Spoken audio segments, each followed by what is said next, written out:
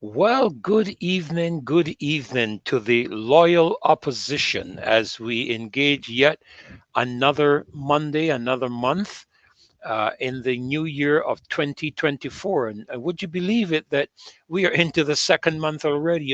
It's just like we just started just a couple of days ago into 2024.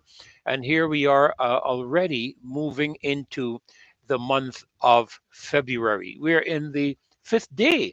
As a matter of fact, the first Monday of this month, and it certainly is a joy of mine to welcome you to this another Marcia Weeks show. We are grateful for all of the support that you give to us. And we have some very important things to talk about tonight. We're going to be taking a look at the cyber bill. We are going to be paying some attention to the digital ID and some other matters that, in terms of things that have been stated over the last several days, last couple of weeks. And as I was getting ready for this show this evening, I was thinking that this administration just keeps bumbling from one disaster into the next, one issue into the next, and it's just remarkable. But we're going to get around to dealing with a number of things tonight, including what I consider to be the consistent overreach of government. We saw this happen in Canada, and we are beginning to see it happen around the Caribbean, around the world. And you saw the court in Canada rule that it was the overreach of government. So we'll come to talk about all of that in just a few minutes. But permit me to welcome all of you that are joining us tonight, all of the loyal opposition family. Bing Bong, it's great to have you. Alvin Simpson, Sir Alfred Benjamin, one of our faithful gentlemen there. Sir Alfred, great to have you out of New York City. Please remember that if you're joining us tonight and you're not joining us from Barbados, kindly let us know what country you're joining us from, because we do have the diaspora all over. You have them in Atlanta, in Tampa, in Fort Lauderdale, in New York, in Maryland. We have them all over in Toronto, in Montreal, in the United Kingdom. And it's really great to know where you're joining us from. So we would appreciate that so very much. And we do appreciate your comments and your questions. uh, to the experts that we have on tonight. Well, I'm not an expert by any stretch of the imagination on many of these topics and subjects, but I enjoy learning from so many of the persons that are on the show from time to time. We have the general, you know who that would be. We have the young lieutenant, you know who that would be, and you also have the expertise and experience of a very well known lady, and I have to refer to her in that manner. And so we are grateful, and we're going to be seeing a number of persons, hopefully, God willing, on tonight. So we wish you a great evening. Diane Seeley and Heathcliff, we thank you for joining us tonight. Aaron Hunt, the reliable, consistent, faithful, and dedicated Remy M. 6070. Now, I hope I have that right. Remy M. 6070. And if I don't have that right, please forgive me. Okay. Okay. But really great to have you. You're so committed and so faithful, consistently encouraging persons to share and make their conscience clear like that. Please make your conscience clear and share this link far and wide. And make sure you share this link with persons in government and ministers and so on. Some people have chastised me for being involved in all of this.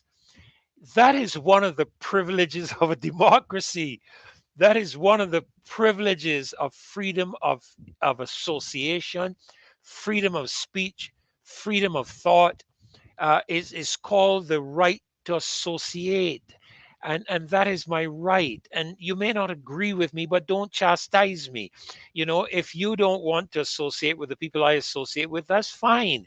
I know the old adage, you can tell a man by the company he keeps.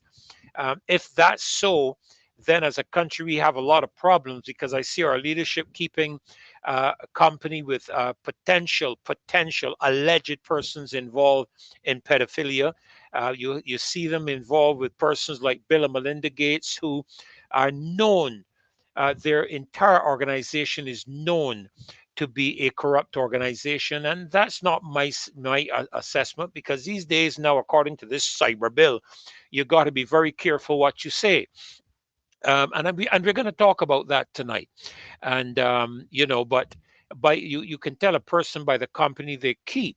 And if that is the case, then I would have to say we have a problem, because all of government leaders across the world are proving themselves to be dictators. They're proving themselves to be autocratic. They're proving that they are incapable of dealing with opposition and opposing views. That is why there is this move to control the narrative, to control the communication, to control information, to silence those who are opposed to them. And listen, I'm going to talk a little bit about it tonight, because when we went through the pandemic, there were a lot of persons who put their professions on the line. Frontline doctors was one of the organizations, some of the most experienced professionals on the planet, people who knew their stuff, people like Dr. McCullough, Dr. Maloney, and several others, and persons who were actually uh, Nobel Prize winners, who made it clear that the aspects of approaching the pandemic, and how we managed it and handled it, was being implemented erroneously and wrong. And they were branded as conspiracists, they were branded as misinformation. Turns out now today, they were the ones who were correct, and the governments and the mainstream media were the ones spreading the misinformation. So I hope that when we deal with a cybersecurity bill, that we are including government in it, so that when government shares misinformation and it's found out to be misinformation, they need to be all fined and locked up for a period of time. So I hope that this is where we are going to be engaging. We've heard a lot of opposing views. Good evening, Square Four. Really glad to see you too. And I may have been missing. I've had a very busy schedule, and from time to time you may hear a little voice or two in the background, and that's my grandchildren that are with me here at home today, and for a while. They're going to be here for quite a while, um, and that's the joy that we have, huh? We have that joy. One may stumble into the room to get my attention. I don't know. I have indicated to them that I'm going to be on air, but they tell me that grandchildren are very special, and I will just leave it at that. I'm not going to get into all those things. Pete Ways, let's talk about the cost of living and the impact on citizens. Well, I don't really control the agenda here, Pete Way, but let's see if we can get to that. If we can touch on it tonight, at least for a little bit. I'll try to make a note of it. Just let me make a note of it, so that in the midst of all of the comments that I have, I don't miss it. So we want to take a look at the cost of living, and there are some realistic things that are happening that are driving up the price of food in our various countries, that have nothing to do with the politics of the country, and has everything to do with countries such as China, that have a significant monopoly on containers, and as a result, container costs, shipping costs have gone up astronomically. Even the cost of containers. I remember a few years ago, I wanted to buy a container, and it was about, I think it was about $4,500 or something in that ballpark, 4,500 US, 5,000 US. And I was looking to try to obtain one of them. And I understand today those containers are up in 45, 50, $60,000 US. Now, I stand to be corrected, but that's what I've been made to understand. So there have been some components in the regularity of life, so to speak, that have contributed significantly to increase costs. Of course, also about the move towards significant food shortage and food control for whatever reasons. And again, we have this, and we're going to look at this cybersecurity bill. And I hope to see General Caswell Franklin on tonight, that we can talk about it. Kemar Stewart, that we can talk about it, and Marcia on, that we can talk about it. And we are looking forward to a great show tonight. So Pete, I made a note of it: the cost of living, okay, and the impact on citizens. Um, Yeah, and what can the government do to lessen that impact? And is enough being done to lessen that impact? Of course, in my view, if you don't mind me saying so, I find that there is some seriously skewed priorities when it comes to governance and administration. For example, we can spend over $3 million on a statue to replace Lord Nelson. I have no problems with Lord Nelson. He can come and go. It really doesn't matter to me. He's not going to determine my current. He's definitely not going to determine my future. That's for sure. God is the person in charge of my future. My relationship with the Lord Jesus Christ is going to be the thing that is going to determine my future. Lord Nelson or no Lord Nelson, it really doesn't matter to me. And those other things that they place there doesn't matter, right? But what matters to me is when we can spend over $3 million on what I consider to be a horrible, gross looking thing. But then again, the demi beauty is in the eye of the beholder. But that's just my point of view. Um, and the hospital does not have an operational piece of equipment to save the lives of cancer patients. That is where I have a real challenge. Okay, when government can find the money to do things. What is your priorities? Your priorities are skewed. And what it says to me is that you have more interest in your politics than in your people. And the reason you are in government is because the people thought that you would look after the people. And that is why they voted you into office. And blessed night to you too, David. God bless you, Tyrone Nurse, and Hayes Bra, great to have you. Jabbar Darrendell, great to have you too. And Zaire Campbell. And if I'm missing a name, please don't cut my head off. Okay, can't call every one of you. I'm looking through. Nigel, good to have you with us again. Square Four, Beverly Prescott, Early D, Andrew Haid, Carolyn Williams, Joshua Strawn. I saw somebody on really early, from as early as five something, 5:55. Sandra Franklin. I was beginning to wonder if Sandra was any relationship to Caswell, but I'm not going to get into that. But I really have a problem with this whole manner in which government is speaking to the people. I really have a challenge with it. They're speaking in a real disingenuous manner. I observed. I didn't listen. I observed Minister Cattle's the report on Minister Cattle's presentation in the House of Assembly, and I don't know. I'm not friends with Minister Cattle. I don't know her. I don't know if I've ever met her, and if I have, well, praise God. I meet so many people, because that's what we do. We look after people. We meet people. We are people. That's who we are. That's who the church ought to be. But we'll get to that. Probably we'll touch on that a little bit tonight as well. But I have a real problem with the manner in which we are being spoken to. You're talking down to us. Don't talk down to me. I put you in office. At least I didn't. I didn't vote for them. I ran in the election in 2022 for the APP. So I did not vote for anybody in the Barbados Labour Party. And I don't know that unless there is a significant shift in the direction of the party, that I will ever vote for them again or ever be involved with them again. And that's being very frank. It would appear to me that Mr. Arthur was correct in his assessment. But anyhow, we'll just leave that there for now. So I don't like the way in which you're speaking to the people. For example, in addressing the matter of the digital ID card and the opposition, there was the expression of how 240 something thousand cards have been issued, and I'm not sure about that figure. I want that figure checked. I want somebody in a position to check that figure and tell me out of 280,000 people, 240 something thousand have registered. I wonder how many children have registered, but I don't have the statistics. I don't have the information to my hand, and I wish to God somebody will get that and let us know.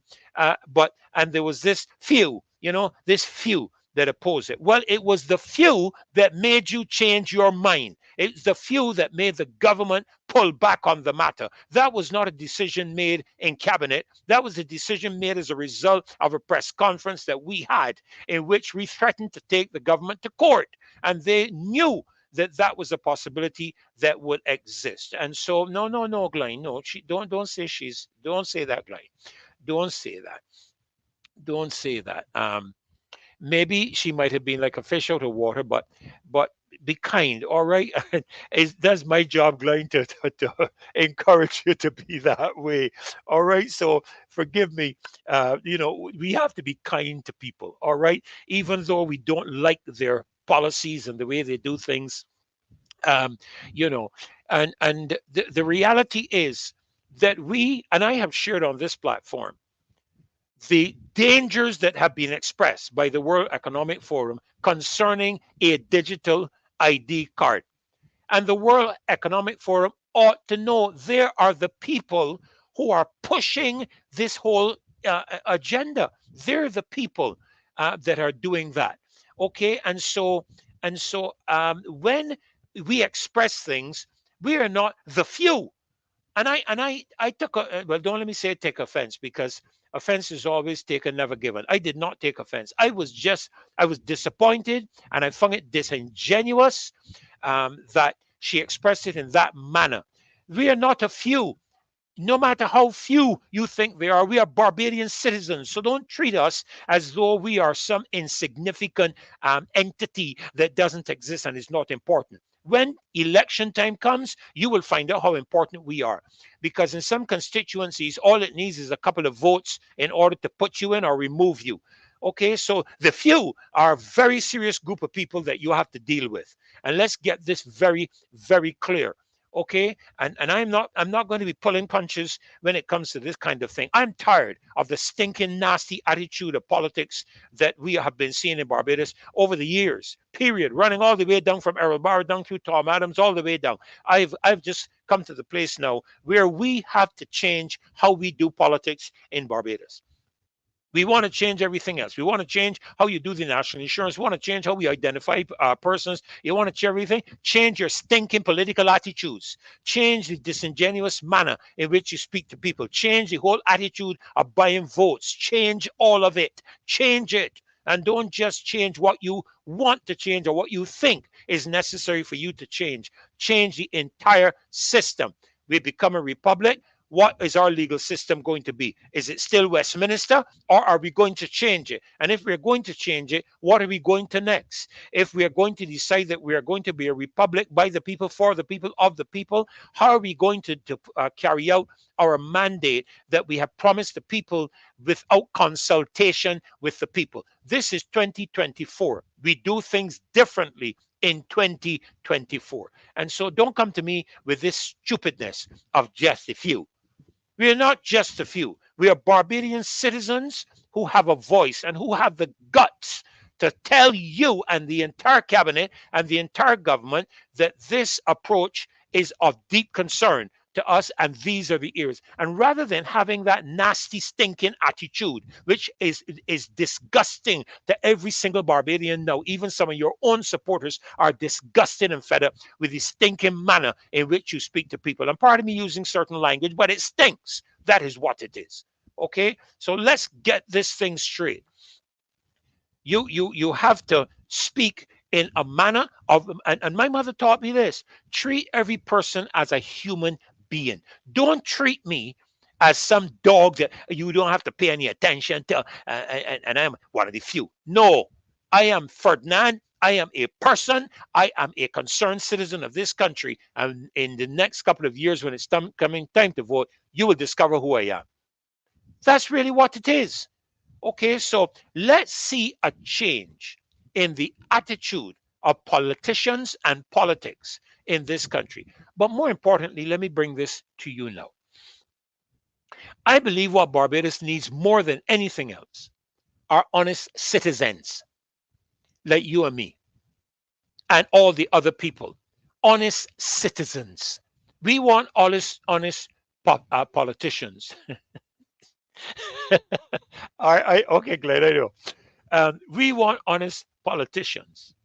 But to get honest politicians, we have to start getting honest people. The people have to be honest. We have to be honest enough to tell the government when they are wrong, even if we supported them. We have to be honest enough to tell them we believe you're going the wrong direction, even if we supported them. It's called morals. That's what it's called. Morals. It's called morals.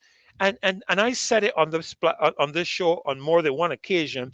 We need morals and belief systems in this country more than we need politics. And I am increasingly growing increasingly intolerant of these attitudes that have prevailed down through the years. And I'm saying it has to change. Politicians have to, politicians. That's why I'm calling the names. So Alfred, and nobody can say I imputed anything. What I've said is facts backed up by all the media. So they had to put the whole media in jail with me and charge all of $70,000. But that being as it is, we have to have a change in how we do politics in Barbados. I heard Miles Monroe a couple of shows ago. We did a little clip with Miles Monroe, and Miles Monroe said concerning the Bahamas that if you go to make an appointment with a member of parliament and they don't see you, take them to court. Now, I don't know how our legal system is set up here in Barbados relative to something like that, and maybe it needs to be explored. Because if you are elected to the office by the people, you must make yourself available to the people. Your job cannot be so important that you are not available to hear the plight of the people. I do not want to talk to your constituency manager. I do not want to talk to your constituency individual who runs your office. I did not vote for them to represent me in the House of Assembly. I voted for you. And as a result, when things concern me, I want to see you. And we should have an environment provided in our constituency meetings where members of the opposition and members of the government and persons who are concerned citizens should be able to come and freely question persons who represent us without the stupid attitude and disingenuous mentality of the crowd that sits in that room that attempts to intimidate people because they are questioning some things. And you look at people as though they're idiots. Well, I'm telling you, there are some extremely intelligent, what we would refer to as common class people in this country who got more brains than a lot of people that are sitting in government and in office. A lot more brains. And I will put forward the idea that we do not need people in government who have degrees and all of that stuff. We need people in government who care about people, because the reason you have staff is to look after the matters of staff and administration. We are here to represent the people. So make time for me when I have a concern. Don't tell me I am a few. Don't give me that disingenuous, stinking attitude coming to me with that foolishness. Those days are done. And the only people who can send that message to politicians would be you and I, the citizens of the country.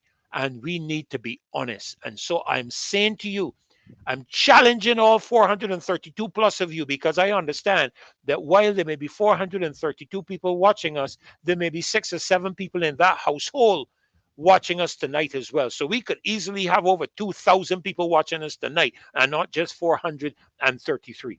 And incidentally, out of 433, I'm only seeing 1 love and 5 likes, 5 thumbs up. So 434, please get busy. Click the like, give us a thumbs up, love us, give the thumbs down if you want. That's your business. Okay, that's the freedom that we give you. We have people on here that come on, and they don't always me too, Pete. I keep calling for it too, and they don't always agree with us, but they have the freedom to come on here and disagree. That's your freedom. Okay, that's what we are promoting. So don't expect that if that's what we're promoting, we are going to stifle it here on this show. It's not going to happen. All right. So let's get into the show tonight. I see my good friend General Caswell has come into the back room and is just gathering his thoughts together. I'm going to bring him on in just a moment.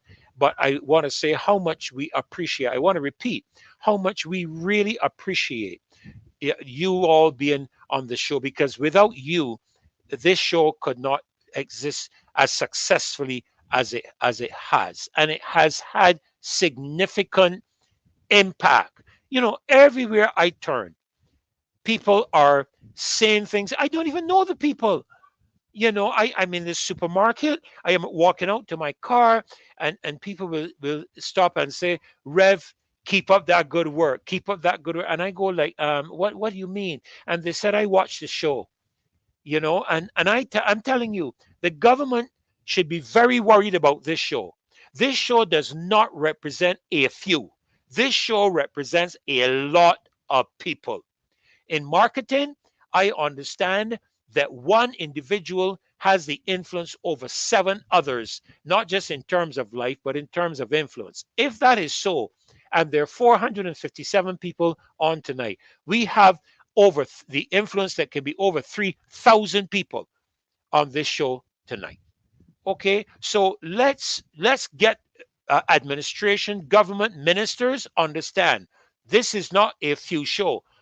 This is a very important show that you need to listen to. And as a matter of fact, I want to challenge you, every minister in government, every shadow minister in the Democratic Labour Party, and anyone else to come on the show and express your position and take questions and answer those questions and take the heat. My mother used to say, if you can't take the heat, stay out the kitchen. Yeah, Bonita, this I know, I know. I'm just passionate. I'm, I'm just passionate. All right, but listen, uh, General is in the house. I know you all love to hear from General Caswell, so I am going to bring him into the house tonight. We're going to add him in with me, and we're going to welcome him. Good evening, Caswell, General Mr. Franklin. I think is how Marcia would welcome you in. Yeah, you're speaking, but you are either muted or something is wrong with the Yes, mic. I had the mic turned off. Yes. Thank you so Okay, much. there you go. There Um, you go. I prefer you call me Caswell. I always call you for for the last how many years? It's at least 30 years. Oh Lord. Don't come on, don't give away my only secret that I may have. Good here. So it's been Yes, sir. over Yes, 30 years Caswell. because Oh yeah. Oh yeah. our Long truck time. Danny is 34, 35, and that's been yeah. So yeah, Yeah, yeah. so You it's at mean least Daniel, 35 my years. son? No, You mean my my son last son? Danny. No, my son Danny, Uh-huh. who was used to go to camp to your wife Yeah. and Rhea, the girl. Yeah, yeah, yeah, yeah, yeah, Danny's yeah, yeah. 35, so And you you can and you and you know my son is 37. right. Yeah, My but it youngest had to son be. is Yeah, yeah. 37. He was Yeah, a he would little have bit been older in the than my son. camps. Yeah, Yeah. yeah, yeah. Well, Caswell, welcome. Welcome to the show Thank you tonight. so much. I Uh, am trembling in my boots, waiting for the lawyer to come and bring that thing for me. My knees are quaking because I dare to quote what the law says. dear me. Dear And I me. dare to repeat admissions that a politician made. This politician said that she has done it before. She's gotten it over years, and all other politicians get money this way. And now she's backtracking and trying to put a spin on it. The only spin that she can put on this is I am so sorry I got caught. Well, that makes such a difference, Caswell. I have said, and you've heard me express it more than once on this show, that I don't, and I know there's some explanation they give me, and I don't take it. I don't take it. I don't need to wait for legislative proclamations to let the people of Barbados know what my asset base is when I go into office. If I am the honest Ferdy that you know, I am prepared to tell you what my debts are, what my assets are, what my position is. And when I leave office, you can compare the two. Yeah. That's You just know, my humble opinion. while I was speaking, some person who's probably watching the show sent me a WhatsApp message. Said, "Wait, you get a pre-action protocol letter from the deputy PM," and put on a smiley face. You know, these people think that they can do as they like, and when you have gotten this arrogant, it is time to go. You know, it took Wayne Arthur 11 years before he became arrogant, and then the tide turned against him. This group was arrogant from day one, you know. Well, and the thing is about it, you all know I'm a reverend. Caswell, you know I'm a reverend. I don't go too much with titles and all that. I'm a Christian. Well, let me say I'm a believer because these days a lot of things come under the caption of Christianity. I don't know what it is. I'm a believer in Jesus Christ. And the word of God tells me pride comes before a fall. There was a fellow one day, I don't know if you remember your Bible stories, but there was a fellow one day by the name of Nebuchadnezzar. It's a big long word. Sometimes if you ask people to spell it, I don't even know if you and I can get it spelled now without looking at the Bible to see how to get it done. But he was walking one day on top of his palace, looking out at his kingdom, and he made the statement, "Look at what I have done. Look at what I have achieved." Caswell, before the words could leave his mouth, finish leaving his mouth, he was eating grass like a cow. I remember that Pride, story. pride comes before a fall. And you're saying that these people, I know Calvin, but this is my life. You see, I'm preaching. This is my life. This ain't nothing to do with no preaching. This is my life. I can't live my life without quoting the Word of God. And the Word of God is extremely applicable to life. All you got to do is go read the book of Proverbs, the Song of Solomon's, which is a very, very. Very sexy book. I am telling you that is one. I If I you I, follow, I read it all the time. you know so it's my life, it's my way of life. I don't hear anybody criticizing Muslims and whatnot when they put all of their stuff in there. So please, leave me alone. Let me express my way of life. It's not a religion. I can't live without without my relationship with to Christ. Okay, so if you hear me talk about it, that's the position of honest, free dialogue. But Calzo, you were talking about honesty Yeah, and, and pride. Sorry, not honesty. You you, were talking about pride. yeah, you see, when I don't mind having some pride, but when that pride makes you arrogant, it is when Yes, you have no right in political office. I well remember this same politician, this same Santia Bradshaw saying in the St. George by election about some people got pedigree, and she got pedigree and that kind of stuff. And I would never forget. I went on the online and I pulled up a package of pedigree dog food and said Santia said she got dog food. You know, that is when the tide should have turned against her because she thought that she was better than the people that she served. You know, hmm well, and that makes you arrogant. Caswell, I guess like you, I've known her father for many, many, many years, and we've spoken on more than one occasion. She's a very highly qualified person. I respect the qualifications that she has accomplished. The things that she's accomplished are tremendous. As I sit and I chat, as I sat and chatted with her dad and so forth. I haven't actually chatted with her. Chatted with her dad. She's a very highly qualified person. In some instances, more qualified than certain people whose names I will not call. But I'm sure you would know if you call the name, I'll whistle. But I cannot say in this parliament, I am not permitted to say certain things, But and she has a good strong upbringing, and as you would recognize, I've steered away not from the whole controversy of the matter out of respect for my relationship with her father, particularly, that has gone many, many, many years. I mean, we go back, my family, my mother, my father, my brothers, my sisters, and in due course, I would imagine at some point in time, I will have opportunity to speak with her. But I've always believed that there are three sides to every story. There's my side, there's your side, and then there's the truth. And inevitably, I've always found, counsel, that the truth wins out. The truth comes out. And so I will leave that truth. But what I will say is that we have, and I expressed it just now, Catswell, we need honest citizens in Barbados You see, who what will, you don't need is your own truth.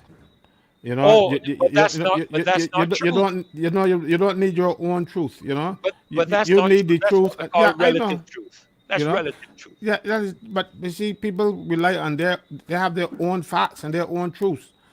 the problem is that in the beginning, when her head was hot, she admitted to certain things. You can't unadmit them now. She admitted that she took money before, and she admitted that she took this one, and it wasn't. It was, and she said it was for her on Christmas hamper drive and all kind of stuff. She had no right taking it. Period. Whether it was a Christmas hamper drive for her great departed great grandmother, whoever, it was not because it doesn't only look bad. Legislation passed in Parliament by this um, government says there is a presumption of corruption when you do that, when you do what she did. All that's all I'm saying. I am only reading the legislation for or right now paraphrasing it. There is a presumption of corruption, and I'm saying to her, she has to prove that she is not corrupt. I have nothing to prove. She has given me all the ammunition that I need. I don't need as much ammunition as she gave me to Let come me to the ask you this conclusion. question. Let me ask you this question, Caswell, because one of the things I believe I need to be clarified. You said something just now. Um, uh, Shoot, and you know it's gone almost from my mind, and I wanted to raise it as you pass by that particular point. Um, when you were talking about truth, and you're not entitled to your own Yeah, truth. yeah, You're entitled to your own opinion, but you're not entitled to your own truth. And the legislation was passed. But let me ask you this: in terms of the legislation which has been passed, we heard a number of people referring to the fact that while the legislation has been passed, it has not been proclaimed. no, no, no, no. They're two different acts. So The explain that integrity and for the us. integrity and public life act has not been proclaimed. It would have been an offense under that act too. And I complained by saying because she herself said it was wrong when she was speaking on the Montgomery pasture that what this thing being wrong. And they said they went to Parliament to fix something that they thought was wrong. I know she's doing exactly what she said was wrong. However, the act that was proclaimed, it was passed in 2021 under this government, is the Prevention of Corruption Act 2021 Prevention and of the Corruption Prevention Act. of Corruption Act. Uh-huh. So she has no excuse. She Well, was let me leader of government business in a Senate when this act was passed. She was leader of government business when the act was passed in when this act was 2021. passed in 2020. I cannot remember if Dale Marshall piloted it or she did, Hmm. Hmm. but she was there. So the excuse that somebody fellow through the vendor and it somehow sailed into the tray on the dash and the fellow coming through the vendor and take it up does not make much sense at all. Your tray, you don't put the tray to put your mail in under any under the window on the ground for the port to catch it. No, I don't believe that. I refuse to believe it because it does not make sense. And I like Judge Judy. She says if it didn't make sense, it ain't true. And Let this me don't make no ask sense. let me ask you this. You spoke about monies received. Okay. In other words, if I'm a member of parliament and I receive monies from someone, is it that I am not permitted to receive monies, or is it that if I receive monies, it has to be reported to a authority, the Minister of Finance or whatever, a procedure? In other words, suppose That is Caswell wanted to give me $5,000 for my Valentine's celebration for the children in Market Hill, say for example. Is it my reception of it, or is it my declaration to some authority with regards not to? no you're receiving it leaves a presumption Uh-huh. of corruption that you have to rebut. So what should happen here? The director of public prosecutions should do his or her work. I don't know who it is now. Should do his or her work And mind you, but the Director of Public Prosecutions does not investigate. That's the police role. Hmm. So the police should prepare a file and send to the DPP and let the DPP decide if they will go after this case.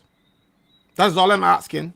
Now, but Be- the be- thing be- the thing I'm asking you though is this. Now, if I receive it, okay, for not I'm a member of parliament. If I receive it, you say that monies received leave the presumption of corruption.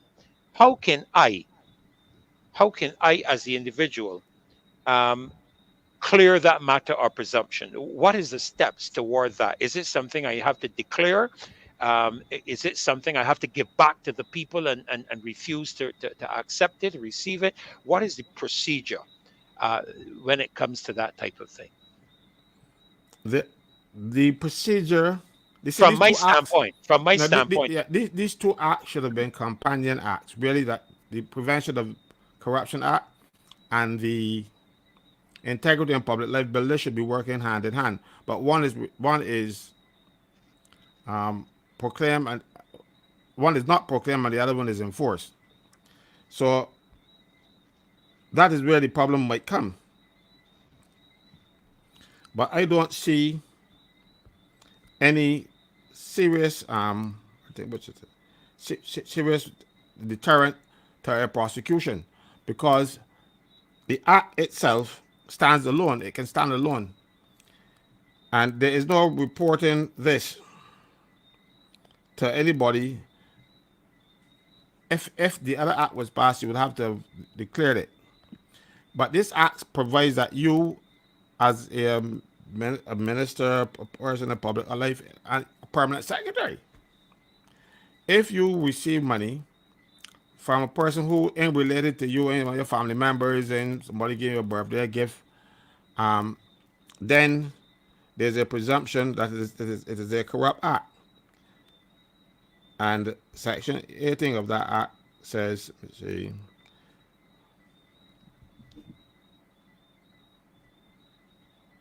where in any proceedings for an offense under Section 4 or Section 8, 1 or 2, it is proved that the accused gave or accepted an advantage. The advantage shall be presumed to have been given or accepted as such inducement or reward as is alleged in the particulars of the offense, unless, on the balance of probabilities, the contrary is proved. So I am saying to you, the only way that we should be here, we should be satisfied, is if there is a charge and you prove your innocence, because you are not supposed to accept an advantage when you are a member of of parliament. Parliament. You are a public official. So Okay. there is no excuse. Now, a lot of MPs have tried to get around something like that by setting up their own charities. And these charities, to my certain knowledge, pay election expenses. And that is against the law. Right? So when you say it's for my charity, the charity, yes, they got a charity, but the charities, in a lot of instances, do not do what a charity is intended to do. All it does is to hide your illegal spending on elections. That's what a lot of people do. They take the charity money and pay election bills. Because in Barbados right now, the most you can spend on any election is $10 per elector. So if your voters list have 6,000 people, the most you can spend is 60,000. But if you look at the stages that these people go up on and parade on, one of them alone costs more than $60,000. I know. I have been involved in elections, and I've been the person who actually received the bills. And I can tell you that these things, and then the party says, oh, we spend money. The party cannot spend money on behalf of a candidate and do not declare it. But Or you can't give the candidate a donation and don't declare it. You have to declare it. So when these people come and become so high and mighty, or get up on the platform and pretend for their yard fouls, or we can go out there, we can lick and lock up. And that's corn for the yard fowls. It doesn't scare anybody, especially it don't scare me, because I am relying on what they pass in Parliament. Nothing else. I ain't even relying on my own conclusions. I am relying on the legislation that they put in place. I am reading the legislation.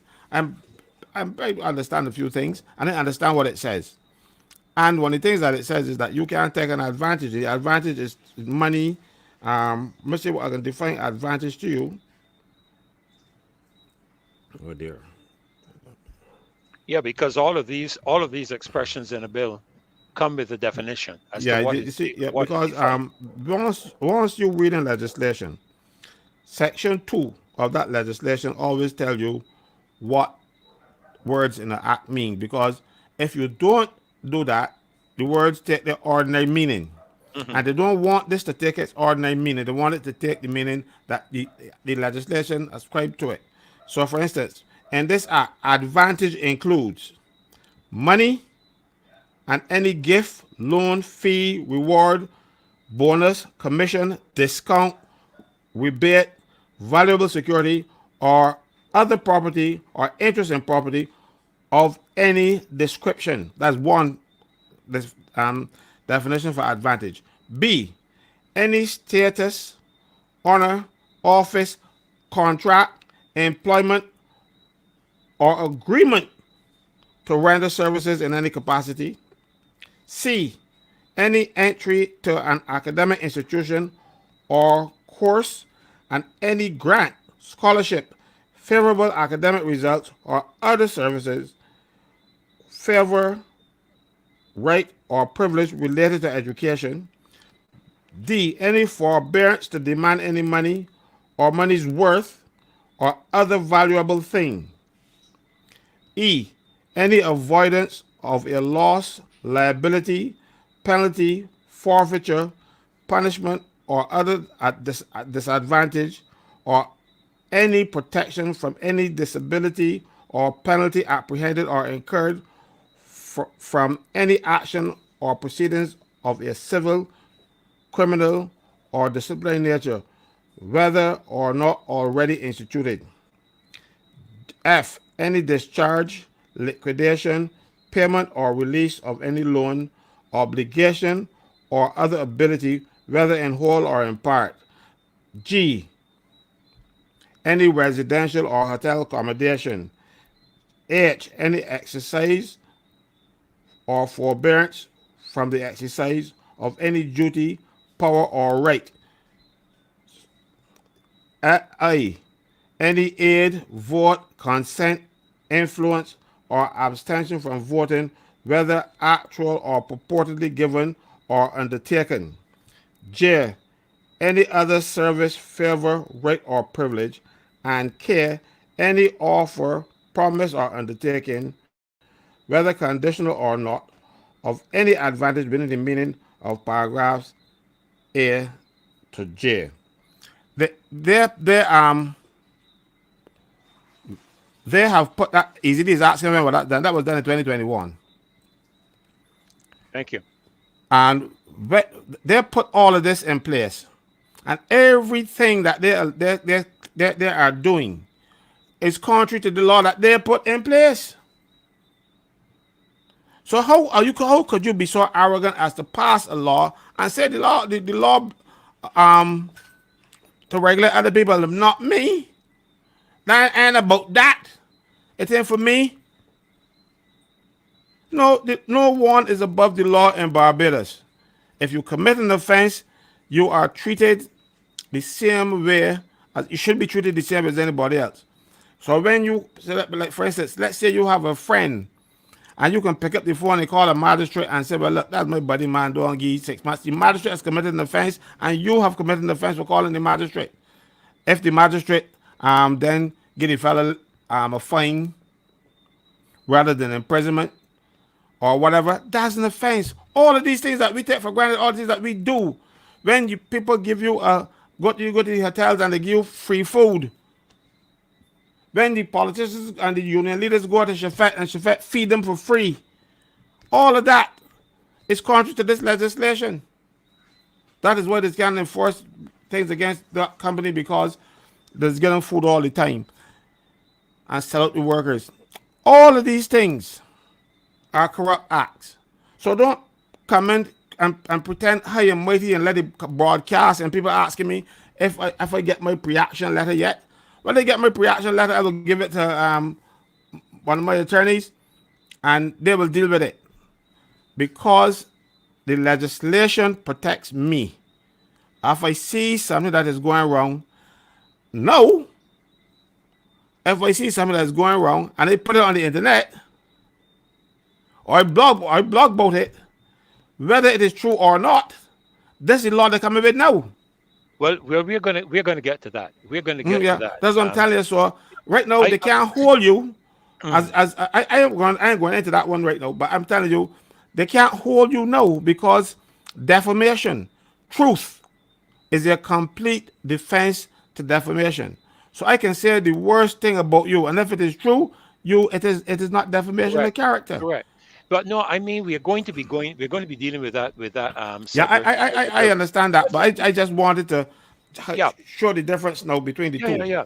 Because the thing about it is that what you're saying is that the Prevention of Corruption Act, which was passed in 2021, has already established a criteria that addresses the whole aspect of corruption so that the integrity legislation, while it has not been proclaimed, does not legitimize, or the fact that it's not proclaimed does not legitimize the act of a parliamentarian or member of parliament receiving these things, as you have indicated. Would I be correct in saying that? Yes, and mind you, who was leader of government business when it was passed?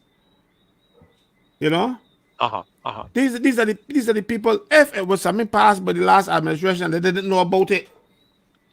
But you know, this is the problem that we have had down through the years, Caswell. No government down through the years has passed integrity legislation. I understand from speaking to several politicians that I've known for many years that all the way from as far back as the Adams administration, these things were being discussed and talked about in terms of integrity, and yet Yes. not one single administration had the intestinal No. fortitude I'll to correct pass you it. there. Go right ahead. One administration did pass integrity in public life bill, and they passed a bill. But Which it one wasn't was that? pro Frandel. Okay, Frandel integrity in public Frandel life. passed integrity in public life, and it was put on the books but not brought into force. When this administration come in, they said, "Oh, that act was deficient, and they can do their own in 100 days." There's 5 years and how much now? I don't know. Almost I 6 years forget. now. That 2018 and six is how much? Six, 24. six. Yeah. Almost 6 years now, and that 100 days ain't passed yet because they determined. They got up on the platform and paraded, call everybody crooks and criminals and the one lock up and she said, very animated, "Oh, if somebody's to get locked up, they will get locked up." I know before she admit that she made a mistake, do the decent thing. She out there trying to grandstand. But who should grandstand and frighten who? Caswell? Put me in court because she will not judge the case. And if I don't like the judgment of the first instance judge, the judge that do it first, I will go to the appeal court. And if I don't like their judgment, I go to CCJ. Well, to be Because honest you with you, see, go ahead, go ahead, go ahead. you see, we have laws, and the laws must apply to everybody. But in Barbados, we we have laws. I'll give an example why laws don't apply to everybody. We had a situation one time where you don't used to get locked up. Where you get locked up for murder, you be in there locked up long, long, long time. Then a judge brother get locked up for murder. He was on the opposite. So they let a few people on bail and then let E. And so I I come to the conclusion that if that judge's brother was not in jail for murder, nobody would have been getting bail up to now. But they had to do something. No, because the judge brother.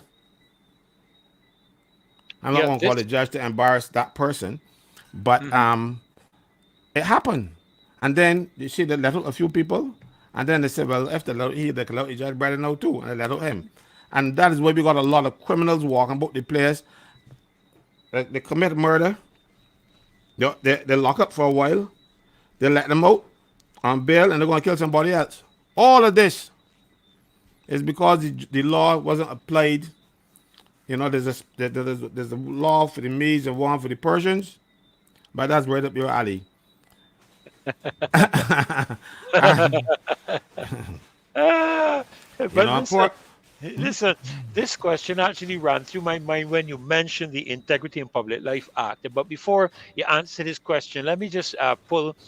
Kimar is here. We want to bring a full house in if I can, so that we can discuss all that we're going to be engaged in. I see Mr. Winston Clark is also in the back room, and so I'm going to invite them to join us, Caswell. Not Yes, by all means. necessarily for this discussion, because what we want to get to really is this cybersecurity bill and some of the matters in it that are of concern. And this is why when I started the program, I started talking about the fact that I was dissatisfied with Minister Cattle's expression about the few, as though we weren't important when it came to the Trident ID. You know, as she was saying, 240 something thousand ID cards have been issued out of 280,000 people and all of that. I want some accurate figures where that is concerned, because I read somewhere that they dumped a whole set millions of dollars worth of cards because apparently there's an expiration date or something like that. No, I, no, no. No, that what happened when the Dems were in office. They were in a process to change up the registration system and to have a different ID cards and all kind of stuff. But they never got it off the ground. So that is the set of cards that you hear were being dumped. okay, The okay, old ones that were never used under the last administration, okay, because great, great. they were Thanks for going to do clarifying that. they were going to do, but they weren't going to do a digital ID. They were going to do a normal ID, Mm-hmm. and that came about from a public officer who didn't want their birthday to go in the thing. They wanted to even change the number that they wouldn't show your date of birth or that kind of thing, because this public officer, senior public officer, but influence prevailed upon the government to change up these cards, but it never worked out Okay, okay, because got she it, didn't want got her it. date of birth included. And she said, oh, the number is not unique because it can be reissued again. And when the check, it isn't unique, it can be reissued again, but you can only get that in 2,500 years. That number will come back around again in 2,500 years. So if somebody wants to get my ID card number in 2,500 years, they can get it. I have no objection. You know what I mean? So Yeah, it was a 2000, 2000. 2,500 years Yeah, time. you know, So Yeah. Okay, she okay. fooled the government and tell them, oh, it was not a unique number. It can be reissued, but you got to go around a circle about 2,500 Yeah. before you get back to that same number. Well, let's And so, let's but let's no, poke you those more. cards were dumped. Those cards were dumped by this administration because apparently they expired and whatever. Right. These cards now, they brought in more cards than they had people in Barbados, but they brought in faulty equipment. So the Oh, card, these new IDs that they're doing, my understanding is that that machine on there was chewing up cards and spitting them out, okay. printing people, black people, white, and all kind of things. Your color, it didn't come out your real color and all kind of nonsense. So each time they had to fix up some things, they print as many as 5 cards before they get one that look, oh, that look like 40, so we can use this one. So that is So why they those got you cards, 200 and something thousand. yes. So when Yeah, um yeah. the boy, the minister, I can't call him the boy, um, You have to be polite now. Be polite. Davidson Ishmael said they had technical issues, and then the next day the prime minister come and say they don't have enough cards. I thought they were lying, but both were telling the truth. The Hmm. technical issue is they couldn't get the machine to print the cards properly, so the machine mashed up too many cards. So the premise was also true when she said that they don't have enough. They got more cards, because they mash up enough. But we got to So come. them talking about The last administration take care, but them I shouldn't have to because they know what they're doing. We're going to come to that as well as we go down through the whole aspect of the cybersecurity bill. But this question that we have on the screen there that you What do can you see, mean it wasn't brought yeah, into when it was force? brought into force. Was Let it me add, debated in however, Parliament? Mhm. let me invite Winston and Kemar to join us. Welcome to the show, Winston. A pleasure to have you with us this evening. And Hello. Kemar, welcome. Give you an opportunity just to greet the people, and then we'll jump right back to some of what Caswell and myself are sharing. So go right ahead and greet the folk. Hello. Good night, everyone. Wishing you all a healthy and prosperous night. um, Thank you for having me in. Okay. Hope that what we share can be informative and be helpful to each and every one of you. Thank you so much. And we look forward to some exciting exchanges. Kimar, God bless Yes. you. Great to have you with us tonight again as well, young man. Good night to you, Pastor Ferdinand. Good night to Caswell, Winston, Good night. and the entire loyal opposition tuned on uh, this Monday evening. I'm always happy to be here every evening. I look forward to these evenings as my favorite part of the day. So I expect to have a good show of you guys as usual. Well, we're excited about the show tonight. I certainly am. You know, I've been listening to the last several shows, even though I have not been on. I don't miss the show. I like to keep abreast of what is happening, and I know we have been talking about the cybersecurity bill, and we want to expand a little bit on this tonight, because in the information I have received and that I've read, I think Neil Harper or Nigel Harper? Am I Neil, Neil. Neil Neil Harper. Harper? It's Neil. The nation reports some very concerning comments that he has made, along with several others that we want to take a look at tonight. And those, I thought there were just two sections, but as I read the sections, Kemar, that were specifically referred to, the section 1920. I went down to 21. I would have to say 19, 20, and 21 were areas of concern. That's We correct. want to be able to address these, because I'm sure people will have questions and so forth for us tonight. But before we do that, there's a question that Colin Roach asks that Caswell is going to be answering. He spoke about the Integrity in Public Life Act that was brought in under no, no, Stewart. You said but it no, wasn't the brought Prevention of into Corruption, force. Yeah. the Prevention of Corruption Act, the Yes. Integrity of Public Life Act has been passed, but it's supposed to come into force on the date fixed by proclamation, and they have not proclaimed that act. So that is why they were saying, oh, the act can enforce or she didn't commit an offense. She didn't commit an offense under the act because the act is not in place, but she would have committed an offense under the Prevention of Corruption Act. That act was passed in 2021. The Mm-hmm. I trying to remember The Prevention exactly of when. Corruption Act was passed in In 2021. But 2021. you What it mentioned one did, under Mr. Stewart. Which was that one? Under he the he Democratic had he had the Prevention of Corruption Act 2012. There was also a Prevention of Corruption Act 1929, which was Cap 144 of the laws of Barbados. Both all three of them speaks to this um, part about corruption, but for receiving things. All of them, nothing changed Okay. with that one. All right. Mm-hmm. It is Okay. just that the last act is more expansive. The from the short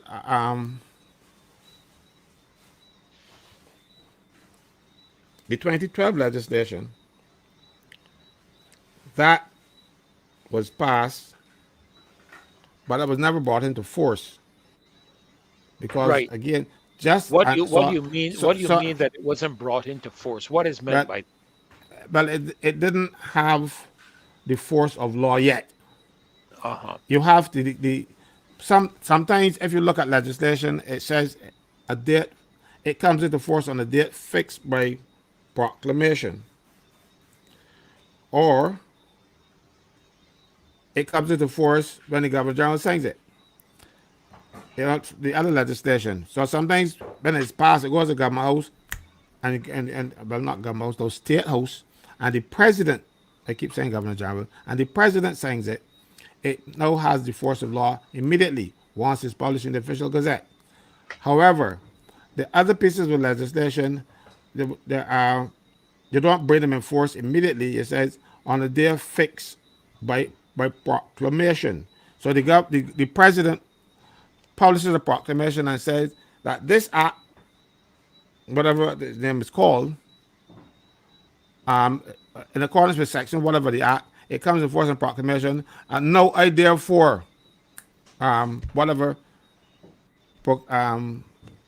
give the date of the commencement of this act from, and that's what's called a proclamation. The Governor General comes in the official gazette, a little note to that effect. Then that act comes into force by proclamation. What happens? A lot of these legislation that should be done by proclamation. You ain't ready for it yet, one. Or two, you have to put rules in place because the act cannot function without rules. Because the act sometimes is just like skeletal, and the rules, like for instance, the National Insurance Act, that has so many rules. If you try to run national insurance without those regulations, it would run into the ground because there are rules, benefit rules, there are rules for unemployment, there are rules for determination of claims, you name it. You guys says, hold on, was it proclaimed, Mr. Franklin? It's not being clear. I'm very sorry, but I can't be clearer than what I'm doing now. It was not proclaimed. It did not come into force. That's what I'm saying to you. Right. So what you're saying then is that until the bill is proclaimed or signed by the president would be now, that it does not. Some bills are settled in the act that it comes into force on a date fixed by proclamation. So that proclamation then says when it comes into force. Good. The Integrity in Public Life Bill that was passed is now the Integrity in Public Life Act. It's an act of Parliament, but it is not enforced yet. You can't use it to punish anybody yet because it has not been proclaimed. The president has to say it comes into an operation on this particular day. Just like we have a constitution that was passed in 2021, and it says it comes into force on the appointed day, meaning, and the appointed day was the 30th of November 2021, right? So even though, and a lot of people did not realize that that constitution was passed because the government didn't tell anybody, you know. And so I every day up to today, I hear somebody saying that we don't have a constitution. We have a constitution, but the constitution was done in such a secretive way that nobody knew that was being done. Even senators, when I was in the Senate and I got up during the debate and I said, "Well, we're passing a constitution today," and they laugh at me because they did not realize that the constitution was being put in place. The government did it by stealth. So we have a Republican constitution, which incidentally is almost identical to the constitution that we had from England, except that they put a few other little things on it and take off a couple of little things. Everything else remains the same. So they repeal the old constitution and replace it with the old constitution with the little things added onto it, and said it becomes the constitution on according to Section 4 of that Act, the Constitution Amendment Act of 2021. It says it comes into force when it comes into force, it becomes the Constitution and Supreme Law of Barbados. It was done by stealth. People did not know. But this government always doing that. Well, there's the National Insurance Act was done by stealth. You know, this other bill that we want to talk about later, they want to pass it fast. It get passed in one day. Didn't give the country the time to see what was on the agenda.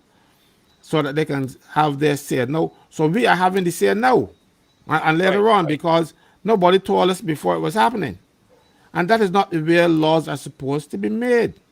Well, Laws is we want to have that discussion, Caswell. Pardon me crossing you. We want to no have problem. that discussion because I wanted to get him because this seems to be a burning issue, burning subject in the minds of many Barbadian people because it seems to suggest. And Winston and Kamar, I'm going to just kind of open it up for you all to share your comments as well. But this cybersecurity bill. Let me just make sure I have the reference correct because I don't want to be accused of of anything. Um, Cybercrime Act. It's this cybercrime bill, yes. Bill. this cybercrime bill act. No, it's not. Wait, wait, wait, wait. It's a It's bill a and then it bill. becomes an It's act a when it's bill. passed. It's a It's a bill. bill. This bill will provide for good. So this cybersecurity bill seems to have many people concerned. I really did not have an opportunity to go through the bill in detail, but I did take a look at the specific areas that several people have expressed concern about because people are beginning to feel now that if I receive a WhatsApp message, I could be fined $70,000 or spend 7 or 8 years in jail. So I want us to Yes. engage this so that the people, the fright, because, I go back to the pandemic because the thing that ruled the pandemic was fear. Governments instill significant fear in the lives of citizens and so forth. Yeah, I hope I can put it up, EZD, and I hope you will be able to see it. Okay, but we want to engage it because some people are saying that it will threaten their freedom to express themselves. It will threaten their receiving of messages. It's almost as if there is a threat coming from the government. And let me say this during the pandemic, I was searching for it this afternoon and I couldn't find it, and I will continue to search for it. But during the pandemic, I remember an interview between our Prime Minister and Amanpour, and in that interview, she made a comment along the lines. Now, I have to be very careful what I say because the next thing you hear is I will receive one of those letters. So I have to be very careful. I stand to be corrected. I'm trying to remember because she mentioned something about controlling the narrative, the information that was being shared, that was misconstruing information and that type of thing. Stuff that was not being not true, not genuine, only for us to discover that that information was in fact. It was in fact truth.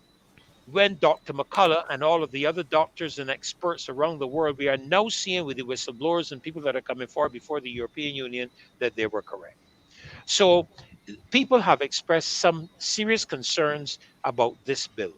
And in the interest of time, I'm going to take our focus immediately to section 19, if that's okay with you, Yes. gentlemen. Okay, so That's the offensive one. let's go to section 19. Um, I believe that is. Can we get it bigger? Is that you, Dave? If that's you, Dave, can we get that bigger on the screen? Because it's really quite fine. I don't know if people can read it. I don't know if you can enlarge in it. No, Um, and Yes, it's a bit bigger that's now, yeah. great. That's great. okay, just shift it over now. Okay, good, good. Now this is section 19. That's paragraph 2, Dave. Go back to paragraph 1. Let's take it from the very start of the section that seems to have That's right. expressed Right there. concern. Right there, good. Because I saw the report in the concerns by Antoinette Connell in the Nation News, in which Mr. Neil Harper, indicated some serious concerns, and he's supposed to be an expert at this. And there were other persons who expressed their concerns. But so, gentlemen, let's have a discussion about the dangers.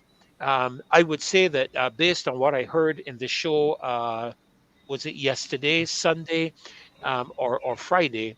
There were some good parts to the bill to do with child Mm. pornography and pedophilia and that type of thing. So there are some good parts to this bill, but it would appear as it has in the child protection bill, And in other legislative aspects, this intrusion, almost secretively, of some element that would tend to sanction people. So let's discuss this area, malicious communication. So who wants to take the floor?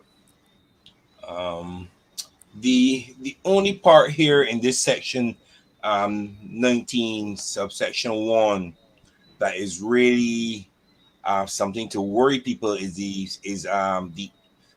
sub where a person who intentionally or recklessly uses a computer system to publish, broadcast, or transmit computer data that intimidates a person.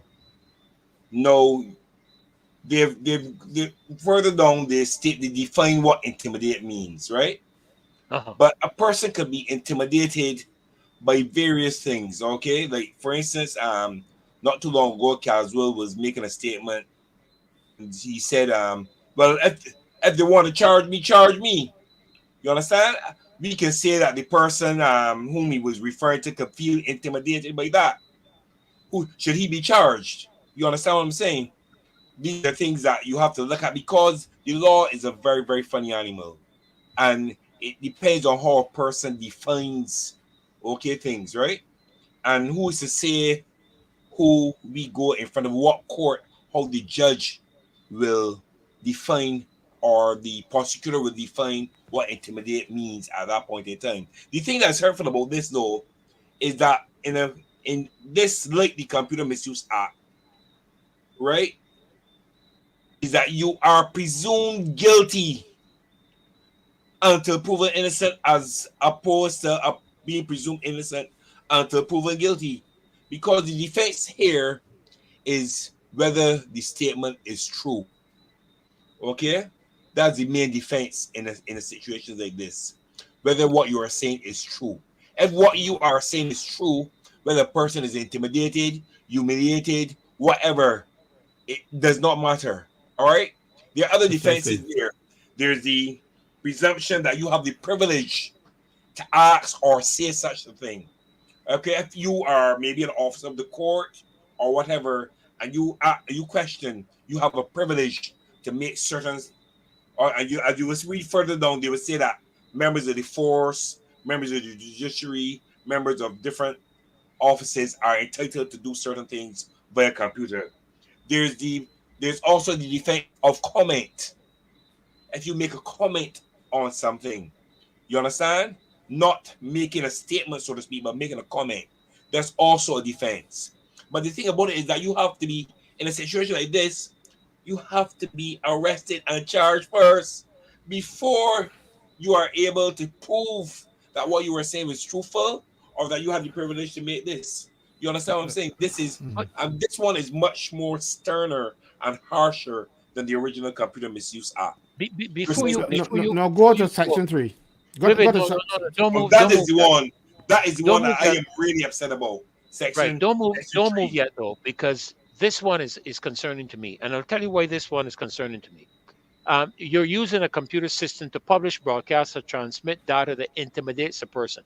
Well, my communication of my ministry and belief systems can intimidate a transgender. So does There that you mean go. There that you I go. stand the risk? There Yes. you go. Are you understanding Yes. what I'm saying? And Yes. Yes, that for is it. example, Yes. Marcia Weeks' team, Praise Academy of Dance, did a piece for NIFCA, which I believe it must have been aired. I can't remember if it was aired on YouTube or not or whatever. I really don't recall. I would have to ask her. But are you saying to me then that that factual belief system, which is a human right to have your belief system and to express that belief system, is now going to be considered the intimidation of a group of people that cause their disqualification? Yes. It totally, But that is it what totally negates Section 19 of the Constitution. That's what it does. no, watch. Hold here a minute. Go to subsection 19.3, subsection 3. Three. Yes, And that is right the one now, under the that is it. law as it stands right now, Hmm. the defense of defamation. If somebody is alleging defamation, and you can prove what you're saying is true, that is your complete defense. That's right. However, Here, under this act, you ain't got no such such no, thing. It says here, not a carrying. person who intentionally uses a computer system to disseminate any image or words, not caring whether they are true or false, That's right. and causes That's it, or right. is likely to cause or subject a person to ridicule, contempt, or embarrassment, is guilty of an offense and is liable on summary conviction to a fine of $70,000 or to imprisonment for a term of 7 years or both. What that means to me is that if you tell the truth by the fella and it hurt you can still get jail. And you But can if still I, pay Correct. but what it, $70,000. but what it says to me, Caswell, is when I'm preaching. Pardon the expression. When I'm preaching on my computer system, I use my computer system on a regular basis for a virtual service. When I'm preaching using my computer system and I'm declaring a message that is intimidating to the homosexual and transgender community, are you suggesting to me that, regardless of whether it is true or not, Mm. because we have learned that transgenders, people are refusing now to participate in sports with transgenders and insisting they have their own. That's fact. That's true. Okay, is likely to cause or subject a person to ridicule, contempt, or embarrassment. I am now being held for the emotional expression of other people when I am No, no, declaring. no. Watch. It isn't even that bad. If you tell me and your office that if I commit sin, I go into hell, and I don't like going to hell, I can be intimidated, I can be frightened, that will be an offense. So in truth and in fact, that if I can be brutally But frank, this bill, and pardon the expression, this bill specifically targets religious groups it target anybody who can speak because Anybody and has I who understand that. that has a computer system, But That's right. this is an attempt iPhone. then. This is an attempt then to silence the voices of anybody who says anything about any situation. Exactly. This government, Can't work. Can't work. while Can't work. in opposition, Can't work. while in opposition, harass the financial administration on YouTube, WhatsApp, you name it, whatever they had. And now they come and saying that what they did to the last administration will now be a crime. And you can go jail for 7 years or pay $70,000 or pay or do both. Pay $70,000 and go jail. That is what these people, and I do not believe that they could be so arrogant, you know, mind you, me no saying that they're arrogant on a computer system, and they don't feel that they're arrogant, and they might feel hurt or intimidated because they call them arrogant. They can say, call the police for me when if this act comes into But force. It is as but we simple as but we that. but listen, I see. Pardon me. I see add up. Look, guys, we got to take this thing serious. This is I, not a joke. This threatens, and we just saw that Winston Kimar. We just saw the Canadian court, I think it was, rule the overreach of Prime Minister Trudeau in Canada, that's right. in the implementation of what he engaged during the pandemic.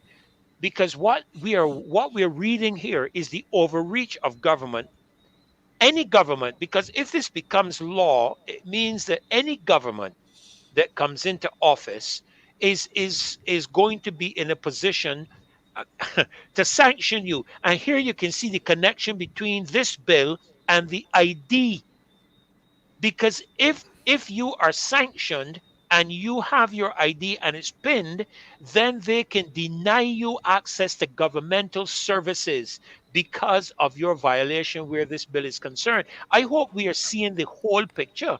No, Or no, am I it's missing something? you're missing something. Yes, that you're saying that any government that come in after this one, Mhm. but this in place that the government can get in. That's right. But This that's will true. ensure that the Barbados Labour Party will remain in power for as long as there is a Barbados, because it will stop people from speaking.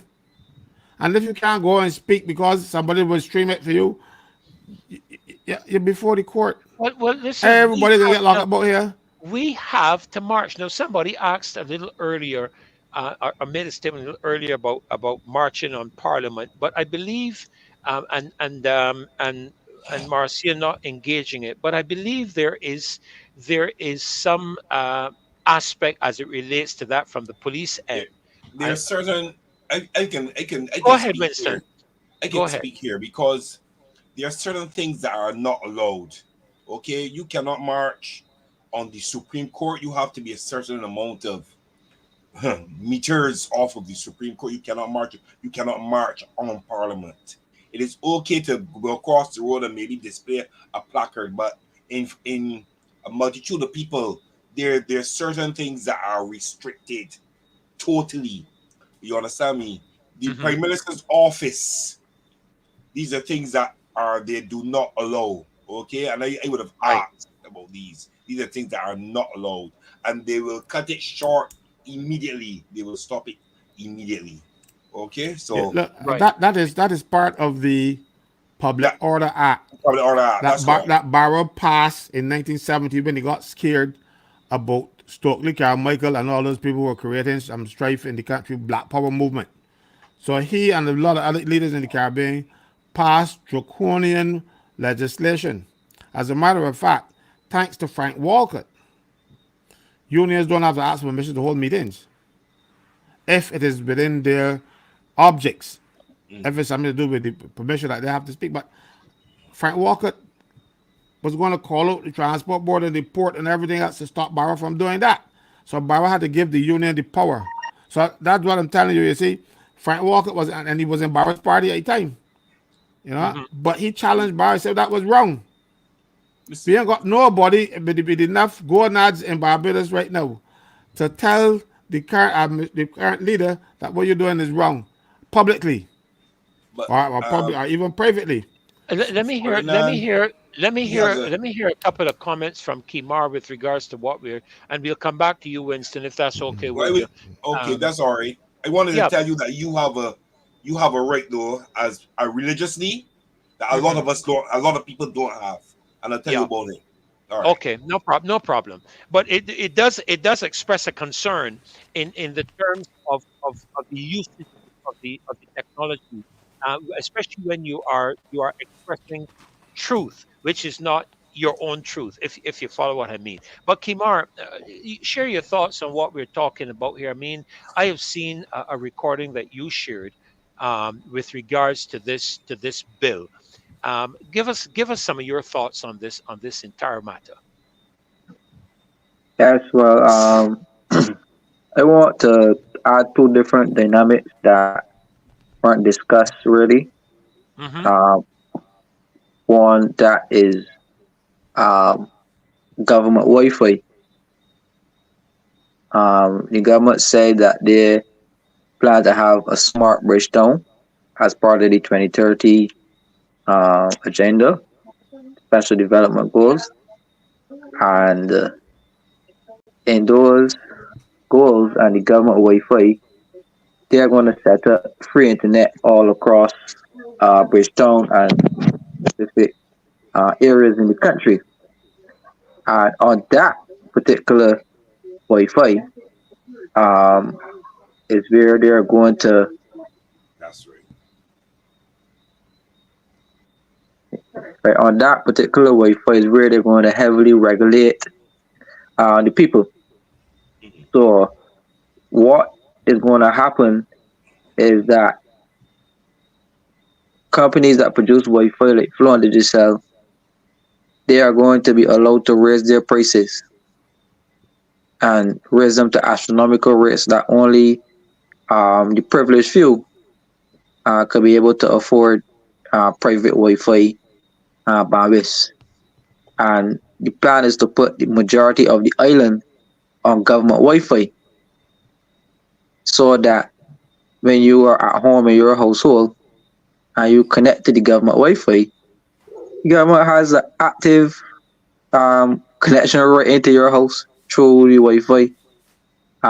In this cybercrime bill, they actually spoke to it, and they said that the police have the right, once in possession of a warrant, to ask any or enter any premises that has the technology, um, computer devices on their premises, and the persons there are mandated to give them the code, the passwords, and to offer the police any and all assistance in terms of trying to get in that device and to navigate um, that device, right?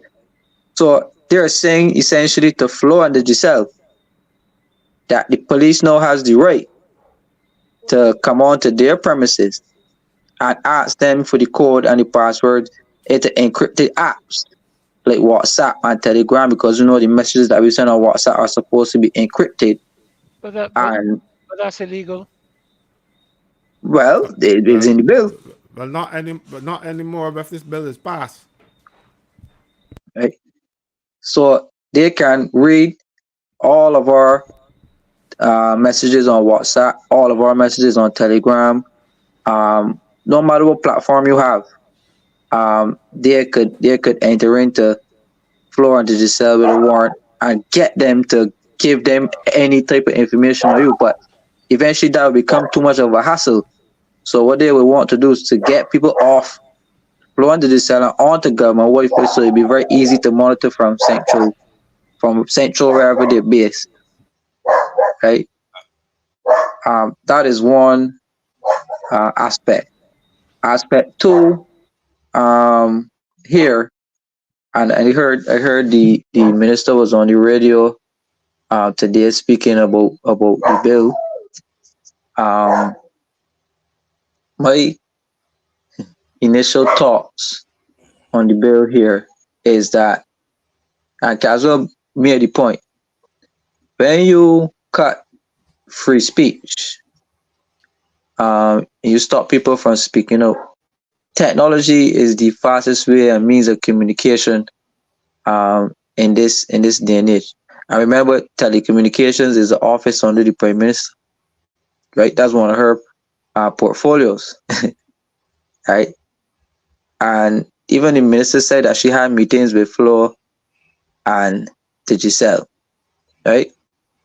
So what we are seeing here is the opening up of Barbados for the government to collect all our information, have an active monitor on all citizens, and to allow the international organizations to be able to basically they're going to trade that information on the international market.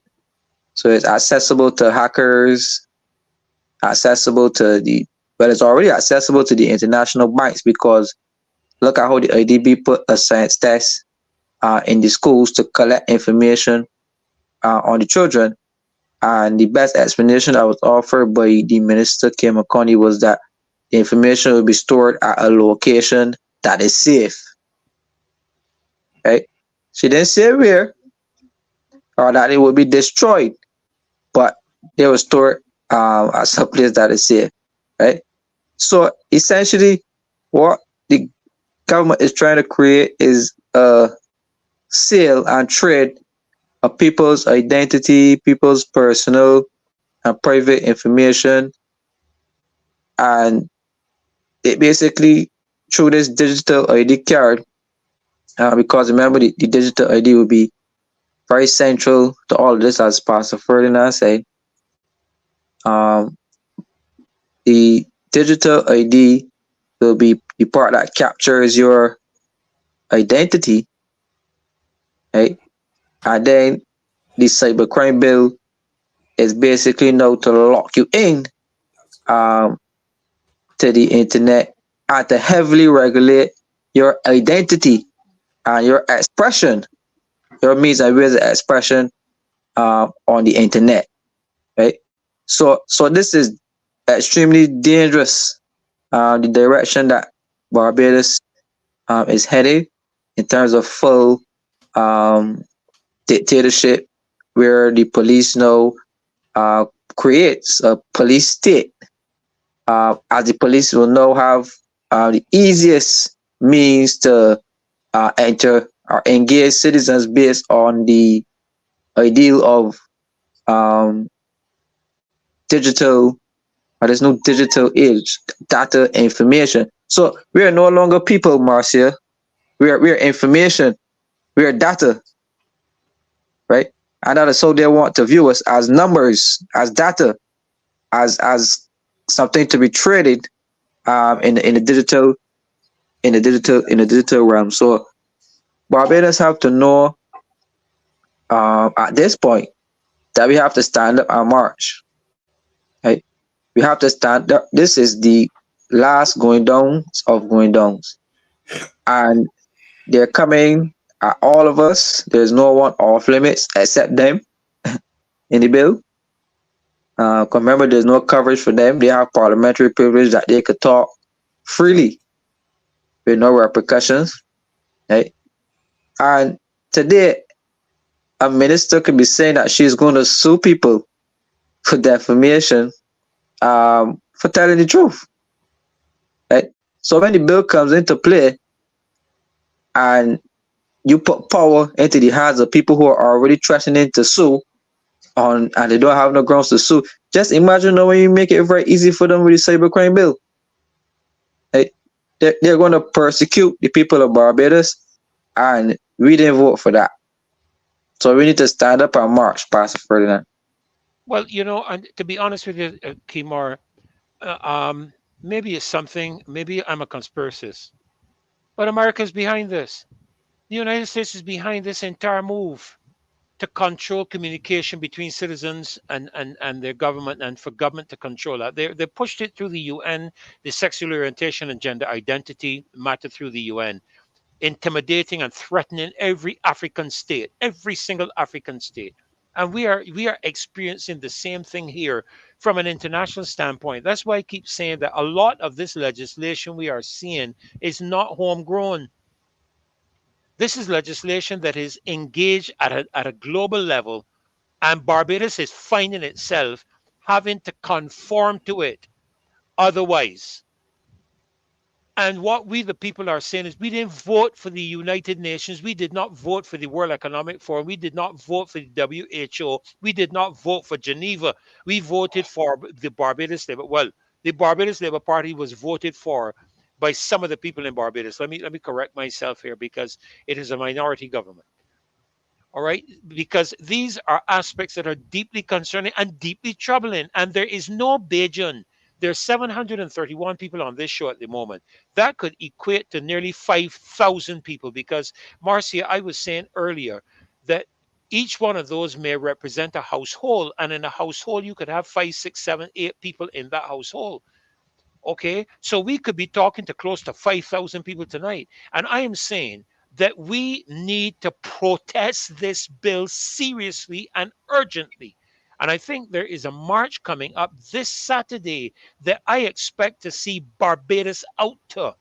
And pastors and reverends and Winston, imams, and other leaders of religious groups and so on need to be out in this march, because there is a real reality that it could threaten the freedom of our expression, even from a religious standpoint. I know you're going to talk to me about that. I don't necessarily want to take up the space. We can chat about that on a private basis. But Mm. when one looks at what is being pushed globally, and I could intimidate a person by what Caswell just said. If you don't give your life to Jesus Christ, you're going to hell. A person Mm. could take that as an offense. Mm. You know what I'm saying? So this to me is a call to all Barbadians. This is not a joke. The United States has brought the technological bosses and raked them over the coals. for the exposure of private information and so forth during the last presidential election that they had in the United States of America. We have seen Congress and Senate rake people over the coals for that. You mean we're going to bring that same crap to Barbados and want to legislate it? Yeah.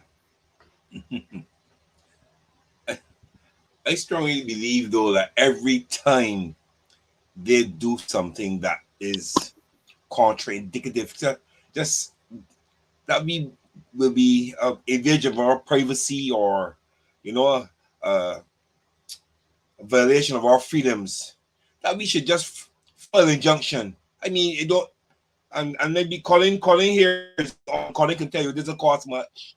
You understand? We can take it out of my pocket myself. You know, just put on some other names, Miss Sinclair et al., and just do it all the time. Just stop them from going to Parliament, stop them from passing the bill. You understand? Continuously, just be a thorn in their side. March, protest, petition, put them in court every time they do something, and appeal to the Inter-American Commission on Human Rights. Do something every time. You understand what I mean? Let them know that we are not standing for this. We have to be very, very, instead of sitting down and reacting, we have to make them be very, we have to have them that they want to tiptoe. You still they're doing stealthily and surreptitiously going and passing these bills and that kind of thing. We got to make them that they frightened to open their mouth and say the wrong thing. You believe that lady should be able to get up and talk and sing that song by Lil Rick last night, but she don't give up about people and that kind of thing at the end of the show. You understand? And then contradict themselves too. And then threaten people that will put them in court. You understand me? Threaten people to put them in court for what? For what? For questioning something that looks suspicious? You mean we are not entitled? We are not entitled to ask questions about somebody we hire to do our business? You understand? When for every 5 years you could come around like a puppy and say, give me a vote. But you all of a sudden know when you get the vote, you too high for us to ask you a question about it. We have to be we have to be very aggressive. When I say aggressive, I don't mean violent, but aggressive as far as our tactics and our strategy, and as far as these people are concerned. And as they open them out the same way they get threatened, we ain't threatening, we put them before the courts. Put them before the courts. Even if the courts is theirs, as they say, we go to higher court, and we go to higher court, and we go to commission, and we go wherever. You understand? And we will be a thorn in their side. This is what the real opposition is about. Not this mock cabinet that they're doing. Not the kitchen cabinet, as a certain person told me. The kitchen cabinets. This is the real cabinet here, because we have the power. We are the people. We have the power, and it's time we show them what we have. You know, that's what a republic is. A republic is by the people, for the people, of the people. And if the people are not satisfied with this, and I don't see, and I want to be clear, my understanding in listening to the show over the last several nights was that there's some aspect of this bill that are absolutely tremendous. You know, and from time to time we have to highlight that, and I believe in being fair. My mother taught me to be a fair person and to give Jack his jacket. So there are some aspects of this bill, from my understanding, to do with things like child protection as it relates to pornography, pedophilia, and all these different kinds of things. Yeah. And let's be honest, guys, let's be honest. There's some stuff out there on social media that could well be best defined as crap, and needs to be what I would say ignored, because even a man who talks crap has a right to talk crap. You know, a fool has a right to utter all of his heart, is what the Bible says. Only a fool does that, but he has the right. He can come out and say anything stupid he wants, as long as, according to what Caswell has shared with us concerning the the aspect of defamation, as long as it's not defamation. If he wants to be an idiot and express certain things, and I must tell you, there are some expressions and people out there in social media that I just simply ignore. I just don't listen to them, and that is where I think The government should leave the people with the power to make that determination, not now try to legislate that and tell me what movies I can watch and which channels I can tune into. Are you serious? Yeah. Well, Uh, Yep. Go it's ahead, Marcia. fine. Good to Yes. see Good you. Good night, to see you. everybody. Good Good night. night, Good, panel. good, good night, Marcia. Good to see you. Good to hear you. Yes. Yes, it's Yes. good to be listening in, and you see, I still taking notes. It's Pastor Ferdinand on fire. He's on fire, man. I tell you. And it's good to see Winston and Kimar and Caswell, everybody here, and then all the comments. And there's something that I wanted to add to what you guys are saying. I started to do a little research on other countries, Mr. Franklin, and Yes. You yes, sent one to me. yes, and you see what's happening in Sierra Leone on November 17, 2021. They adopted as law their cyber crime bill. This was 2021. And they're now saying that they're now feeling the bite of this. And I'll just go through one example for Barbados to understand. This is Sierra Leone. And, something you said earlier, Reverend, that a lot of this is coming from the WEF and all of these different international agencies. And but when you look at a lot of these countries, you look at America, you think that they could bring this nonsense to America, No. you No. know, but they go to these African countries and our Yes. little dot here and Yeah. trying to impose this on us. But so this is what Intimidate happened us. in Sierra Leone, right? It says that the police arrested and detained Ibrahim Kemo Sese, a former Minister of Transport and Aviation and presidential aspirant for the opposition All People's Congress Party. This is exactly what Caswell is saying to us. They arrested this man, Kimar Ibrahim. He was a former Minister of Transport and Aviation. And this is what happened. A police statement on April 25th, 22 said the Criminal Investigation Department of Sierra Leone was investigating Ibrahim in connection with a video circulating on WhatsApp containing, they say, a cyber stalking and cyber bullying with inciting and insulting messages against the President of the Republic of Sierra Leone. So this is he The is aspiring precursor. to be president. This is Okay, the precursor to what could happen in Barbados. that's right. exactly. That But is this right. this is an example of what could happen that you will have during the what's going to happen in the campaign time. What's going to happen if somebody criticizes the president? And that's what happened. The president of Sierra Leone, he felt that he was insulted.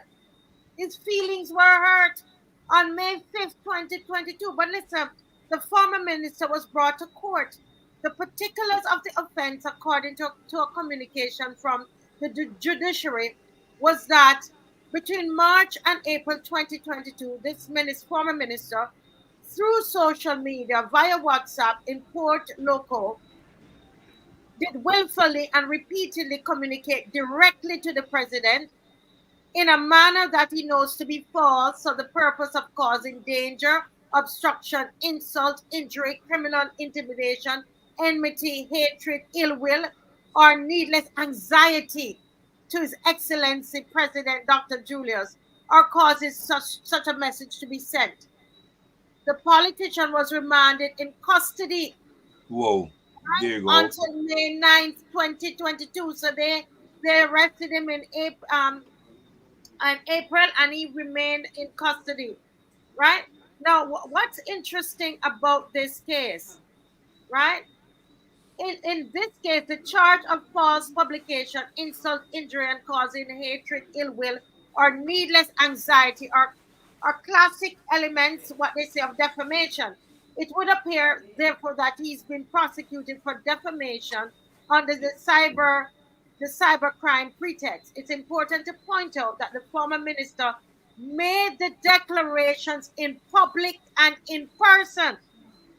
Listen, However, the police did not bother him until a digital version was published on social media. You guys listen to that? Yeah, Yes. because they're decriminalized criminal they said that that defamation wasn't a criminal offense from 2020. Mm-hmm. So they're making a criminal offense under this act.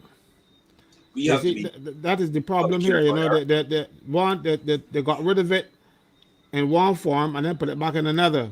But so when it came on the internet, we got him. It's on the internet now, so we got him.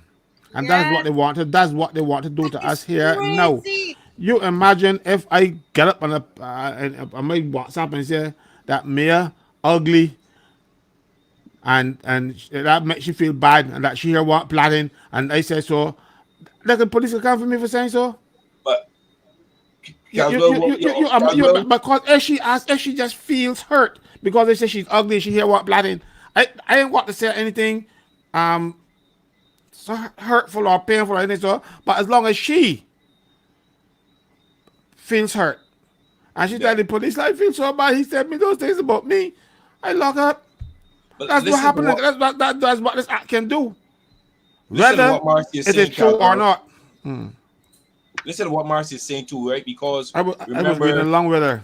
he was speaking. Okay, good. Because they were speaking about this minister and how he has spoken personally, and it was not a problem. All right, but it's when the act Publicly, was put in place, personally, and publicly. and publicly, right? But it's from the Uh-huh. time it went on digitally. No, even what we are doing here, okay, we have to ask ourselves how long this bill they started to initiate this bill, because I know from the criminal law sometimes they put things in place retroactively. They can't do that, You're, but a criminal you're, defense, you're no. saying that you gotta be careful because you see when it's criminal, these people are. I do not put anything past these people. Listening, I already have I already got bike part. When I say bike part, because they gonna lock me because my mouth ain't gonna cover. But You no, understand me? Winston, that not going to work because if you listen to the Guyanese vice president, I listened to the Guyanese vice president talking about this similar thing in Guyana regarding a Guyanese who's living in New York, Mm. who they are seeking to extradite to Guyana because of what he is saying in New York concerning the government in Guyana. So packing a bag ain't gonna be no escape for you. When I say packing a bag, And then he be in the jail. I mean packing a bag to go up dodds.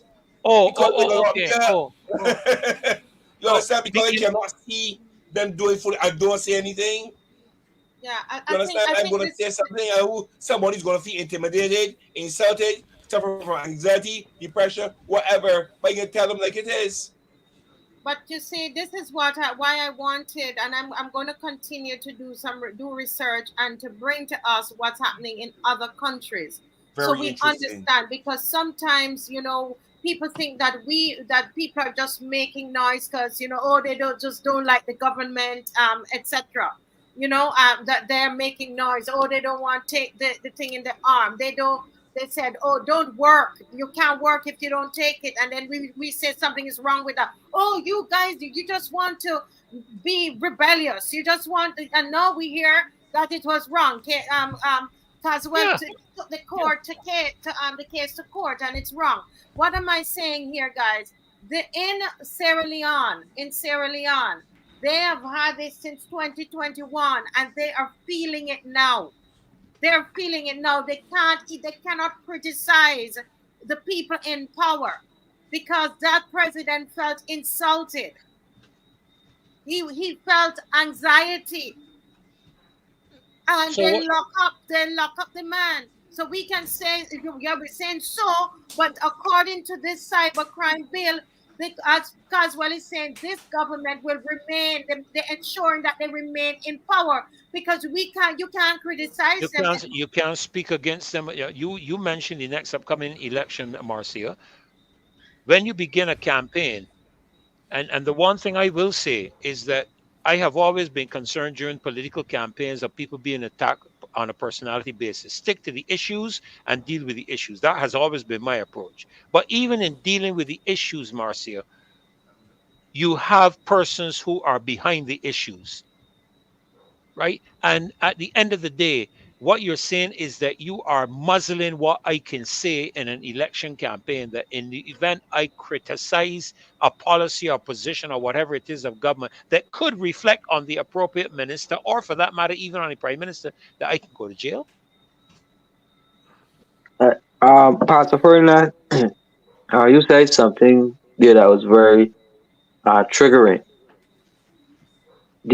Let's not forget that they went to Parliament to issue a statement on the Barbados Identity Management Bill or Act, whatever. And they were coming to address removing the deadline from the ID. Now, we need to focus on the cybercrime bill, yes, but we did not forget about the identity bill, because they are saying that if you don't take the digital ID, that you can't vote, that your name can be added to the national register, right? So next election, if that act goes through, only the people with the digital ID will be voting. But there are only a few. Right? Remember, that's what she said in Okamar. It don't matter. There are only a few. Right? So automatically, you cut off a few section of the population from voting by not having the digital ID. And when this cybercrime bill goes through, where you can't have no type of freedom of speech online, if you criticize the government, and you are charged therefore under the act. You said it earlier. This actually impacts on your ability now to get services from the government, Correct. because Correct. eventually they will block your card and stop you from having access, because they have the power to do it. Mm-hmm. Mm-hmm. Like, they And could they will do it. freeze the bank account that you have paid to your cards. So you still can't even spend your own private money. Well, it ain't private anymore because you register it to the government. So you can't even spend your own money. That will be on the card, right? So essentially, you see the significant drawback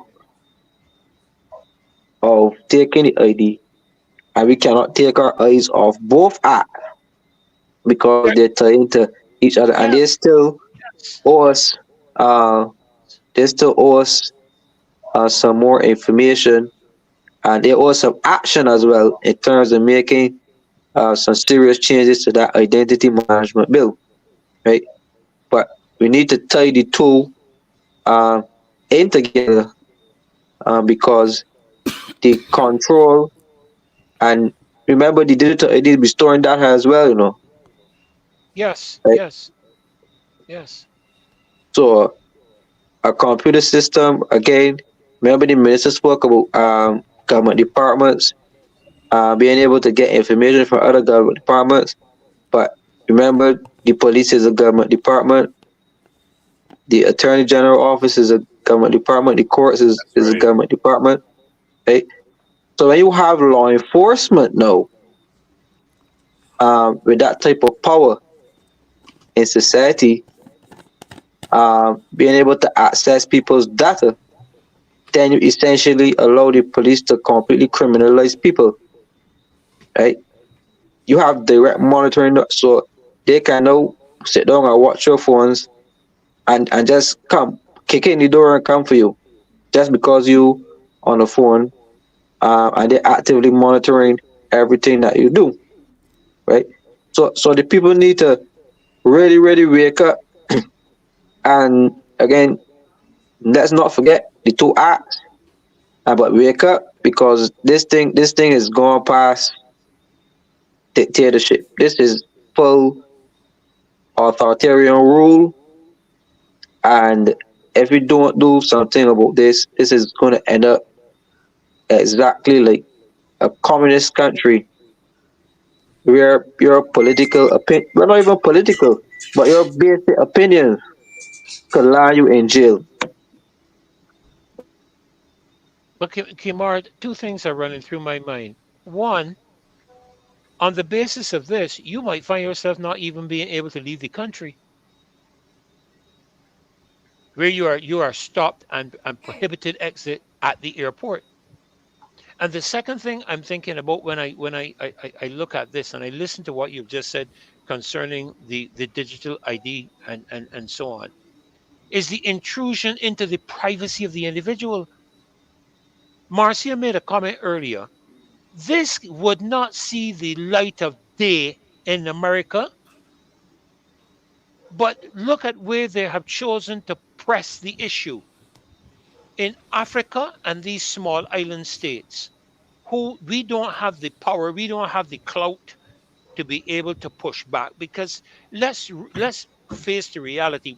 Both of these things we are talking about are both internationally driven agendas, both of them. This is not conspiracy. I probably now would receive something if this bill was passed for saying that. But when we made this assertion during the pandemic, everybody told us that we were spreading false information. Now it is revealed that we were telling the truth, and the government and the mainstream media was spreading false information, and you can't do anything about it. But now they can come and do something about us with a legislation that protects them, but affects the people. How can this be? How can people sitting in parliament, if they must be listening to this show, Marcia, how can you sit in parliament with a clear conscience and sign on to this bill?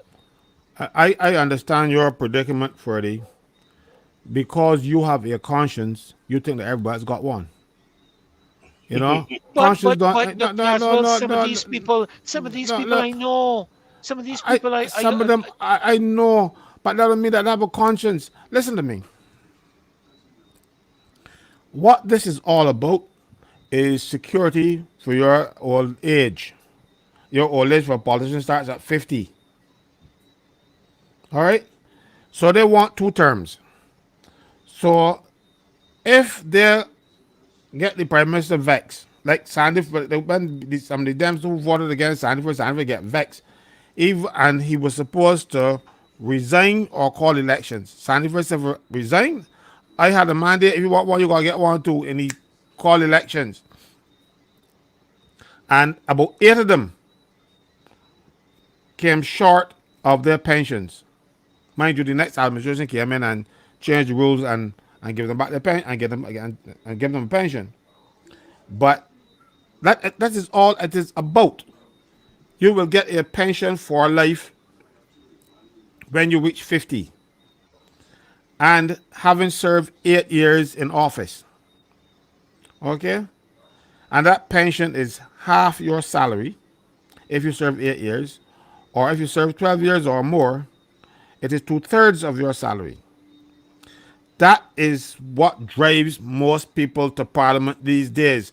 No commitment to serve. I see somebody asked just now if parliament was elected to serve the people. No, it's elected to make sure these fellas get the pension. That's what it's all about. You will if you sit down among them, you will hear them talking about they only got so much to get their pension. They want another term to get their pension. That's all. That's what it's about. And they will kill you, your aunt, your mother, your body, everybody else, in order to make sure they get their pension. If it means that they have to enslave us again, boy, you're enslaved. Because these people say they care. They say they care because it is a good slogan, but it does not mean that they actually care. No, don't worry. Conscience, you have a conscience, your conscience will bother you. There are some people that will go there and snatch a sandwich from a child and go and eat it and will not bother them. All right? Because they have no conscience. Because you got one, everybody got one. That's a mistake a lot of people make. You can't got no conscience because you govern by different yardstick. you have a different measuring tool for yourself. And you apply that same measurement to these politicians, well, forget it. It don't work so. They have their own creed, their own standards. And some of those standards, um, a slug couldn't slither under them. They're so low. Their standards, the standards don't make the mark. The standards are ground.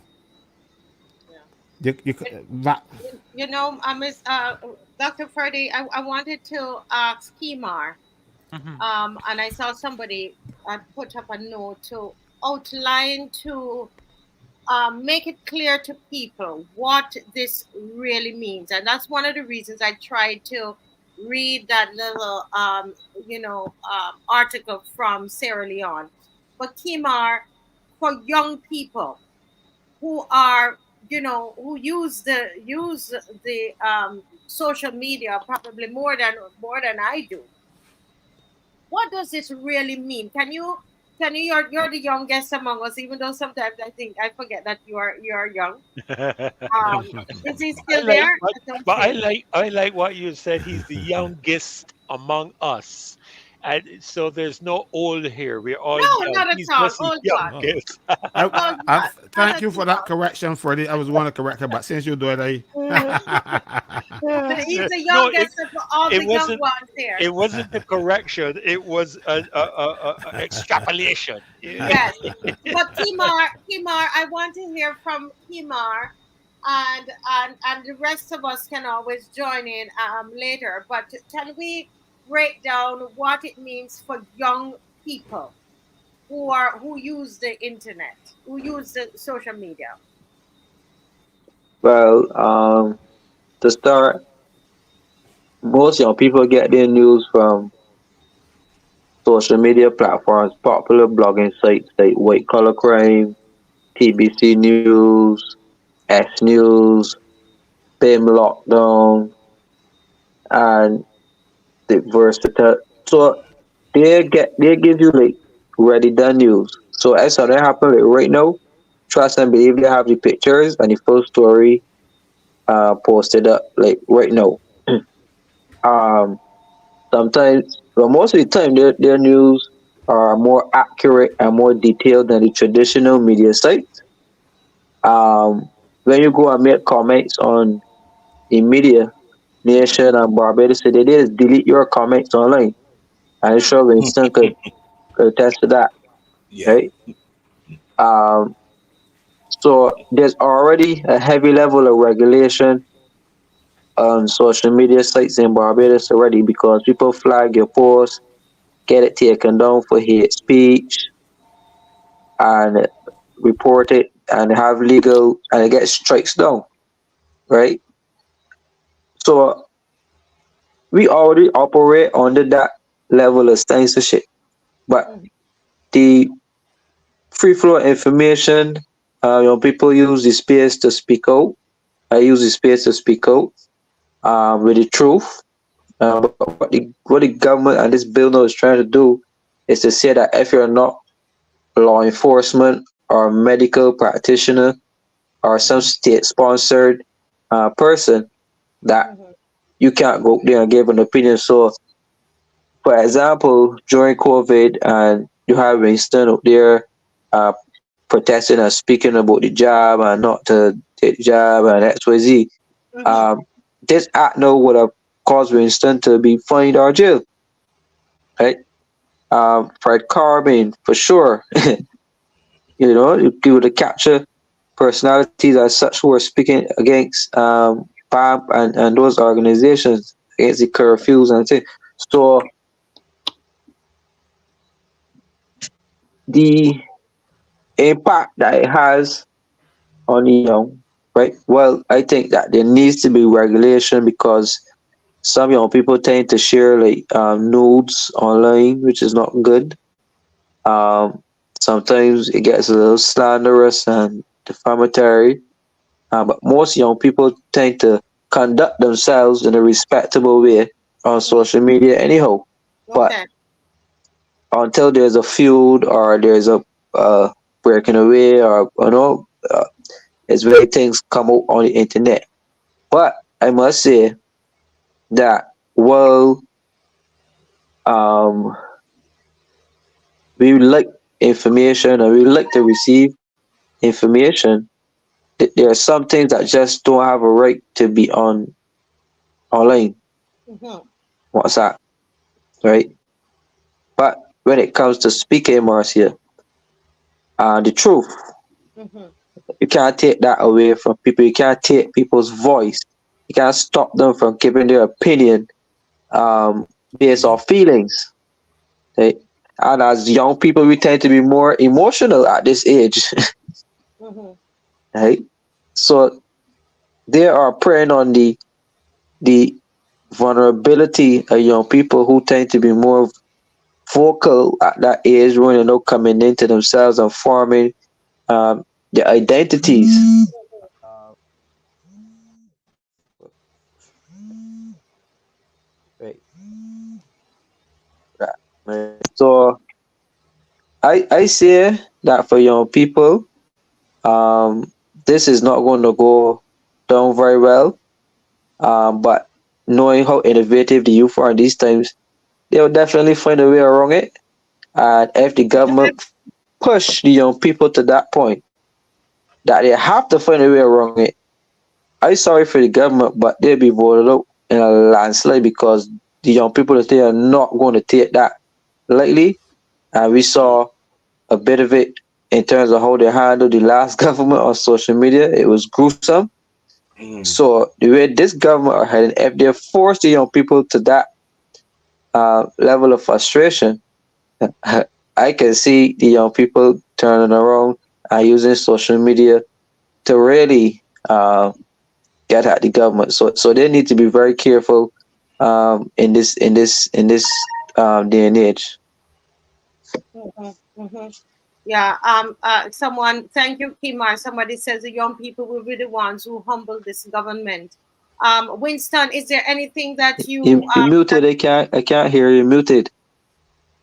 Oh, I am. I'm not. Can you hear me now? I can hear it. I'm hearing you. I'm hearing you. So might be I'm my hearing system. I'm hearing you. Okay. No, I was saying that thank you. Oh, he's dropped out. The young people, Natasha Hope says the young people will be the ones who humble this government, and I'm thinking about that. They are very innovative, and they're going to find a way. They're going to find a way, and it's not going to work. Is there? I was asking Winston, anything you want to add as it relates to young people and how you think this is going to impact on them? Yeah. Well, we know that the young people utilize social media quite a lot. They express themselves. They're very emotional, as Kimar said. All right, and anything that inhibits them. And we see how a child gets on if a parent takes away their phone because that's like a lifeline. To stop their speech. You understand? Stop them from expressing themselves. Invasion of their privacy. Bad This idea. will set them on fire. This will go really, really far. And I think though that if we could also let the young people know exactly how this will affect them, that they will be able to watch certain shows, they will be able to say certain things, all that TikTok and all that, that will be finished with, that will be a thing of the past. You understand? You have to let them know that because anytime you say how we can normally come out and say, well, listen, comment on something we see a politician doing, or if we see the police doing something, we comment. That is being done. This bill is being passed to stop all of this, to stop us from commenting on things they don't want us or to show other people, or they don't want the public to know. They want only their narrative to be put in place. Okay, like Fred and myself and Bonga Lights and Lamamba and yourself, Marcy, we would not have been able to come out and speak about the things we were seeing and the information we were getting worldwide about certain things. We would not have been able to do that. They would have stopped that, and people would have been ignorant as to what is really happening. So this we have to look at the educational aspect of it. All right, we have to look at the social aspect of it. We have to look at the religious aspect of it. There are many things that will be inhibited and will be taken away from us.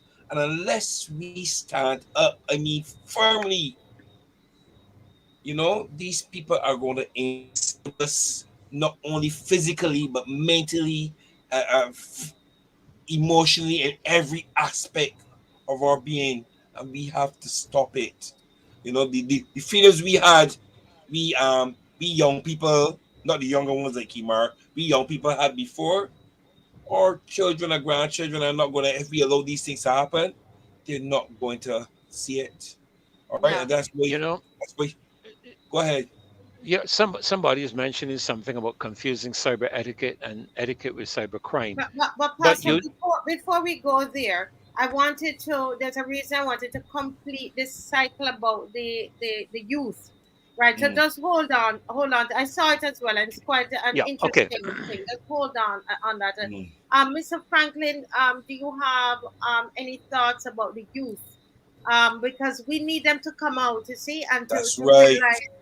Go That's ahead, right. Mr. The, Franklin. Yeah. if the youth do not come out now, all is lost. Because I can get by without WhatsApp and those things. You know, I just use my WhatsApp basically for um, free calls. You know what I mean? But the young people use they are fixed to their cell phones, and they're blogging and they're surfing the net and WhatsApp, TikTok, and whatever else they have. That is how they communicate. And you are trying now to stifle them. If they don't stand up, they will be stifled. And what the government is hoping to do is to cut off the heads of the leaders. Once you cut off the head of the leaders, the rest will run away. They are banking on that old tactic that they would, like shoot the fellow in the crowd, the fellow at the front of the crowd who is keeping the most noise, and the rest will disperse. It's the same principle, but with a computer, with a phone or whatever else you have, there is nobody to shoot at. Hmm. So the young people, and because you can get a power to buy a SIM card for you, you know, and then you could buy all the best money when the power buy the SIM card from whoever, and you have that SIM card, unless they go and get it shut down because they can't find out who got it. But until such time as that happen, young people could send out a lot of messages. So they are barking up the wrong tree. Back off. Behave honorably.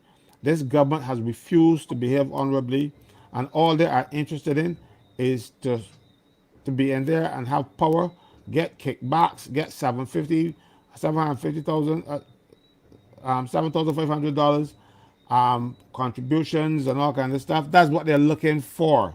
Nobody walks in and give me 7,000. Somebody will come in and give me $100 and say, "Casual boy, that's to help the people, and that's to help me to march." Nobody can come and bring the 7,500 and give to me. So what makes them so special? But they want to stop us from talking about it, and they want to keep the young people from talking about it because they want the young people to go there and sing in their choir, and that choir will say how great they are. But the young people are not like us. A lot of young people, used to have a lot of respect for their elders. Now the young people, if you mistreat them, they may worry if you old or not, they will come after you. And they will come after you with what they know best. These.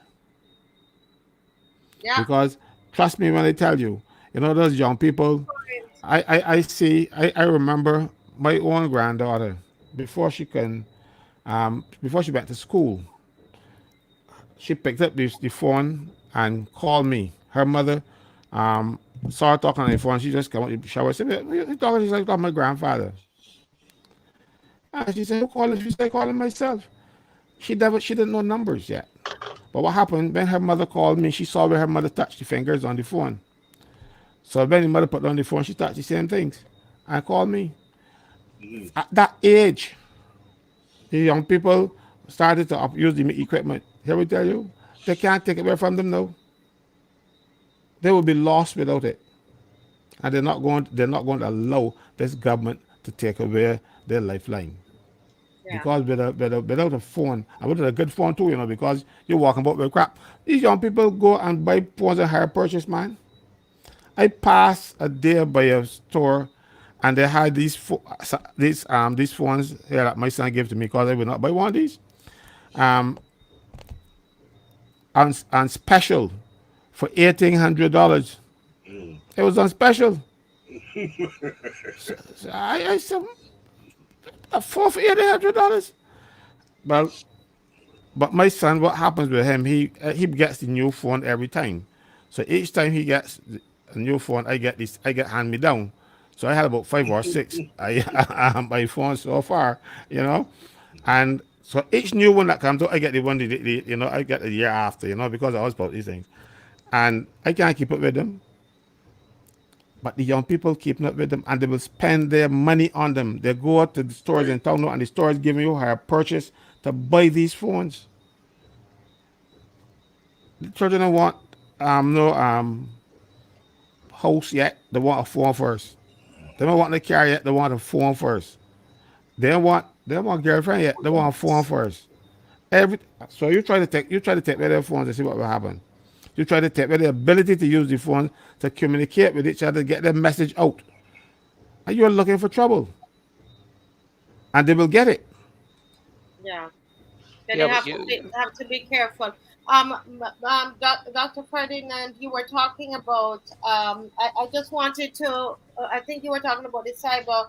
no, If you I was, but I want to make a comment on this matter to do with the okay. young people. The challenge here, Caswell, is getting this information to the young people and the threat it is to their lifeline, because the phone is their lifeline. I mean, I Put it I on I TikTok. I have never seen, and I said I have never seen a young person walking around without one of these. I've never seen it, and they spend more time on this. I mean, even here in my home where I want to get some help. If I ask to come, some one of them to come and help me move a box from here to there, the moment they drop the box down, bang, they're back on the phone, and they're talking with one another. So when you begin to introduce legislation of this nature, where some of the conversations are not very flattering to some folk, Mm. because young people don't always share flattering stuff. Some of the real tough stuff is get shared by them between one another, and you can see some of them facing a $70,000 what 7 year trip, uh, even being arrested without, because I looked at the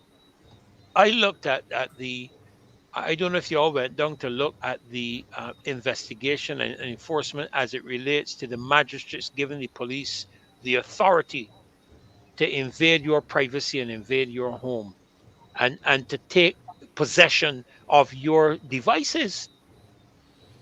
This But this stuff this stuff can't happen. And somebody mentioned it earlier. I'm not blaming the United States for anything fundamentally, because at the end of the day, it is our government that has to agree, and the people of this country have not given them that mandate to Mm. agree with these kind of policies that threaten our lifeline, so to speak, our freedom of speeches.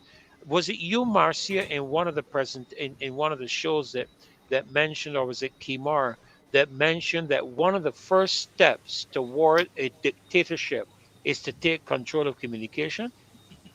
Yeah, we were. I think we were discussing that together. I don't remember who said it. Yeah, and here we have the evidence in front of us. I mean, this is not conspiracy. You're looking at the bill, yeah, and the matter of that I was going to engage Marcia with etiquette was simply to say to the person that indicated that, look at the bill.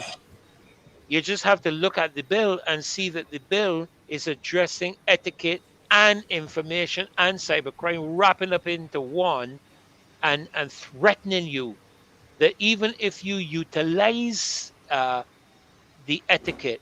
If you dare say anything that can be construed to be inflammatory or hurtful or whatever, you've just given us a classic example. Where was it? Senegal? Senegal? Where? Sierra Leone. Sierra Leone. Sierra Leone. You've just, I mean, and that was passed when you said 20 what? 2021? 2021, and now And this is 2024. So yeah. we are now getting the ramifications of that 3 years later. So basically, what happened to that man? They lock him up. So if they lock him up, then he can't run for president. You see, Correct. we see Correct. this You've is removed your exactly, opponent. you remove your opponent, you Yeah. know, and it's basically this is what we are trying to say to people.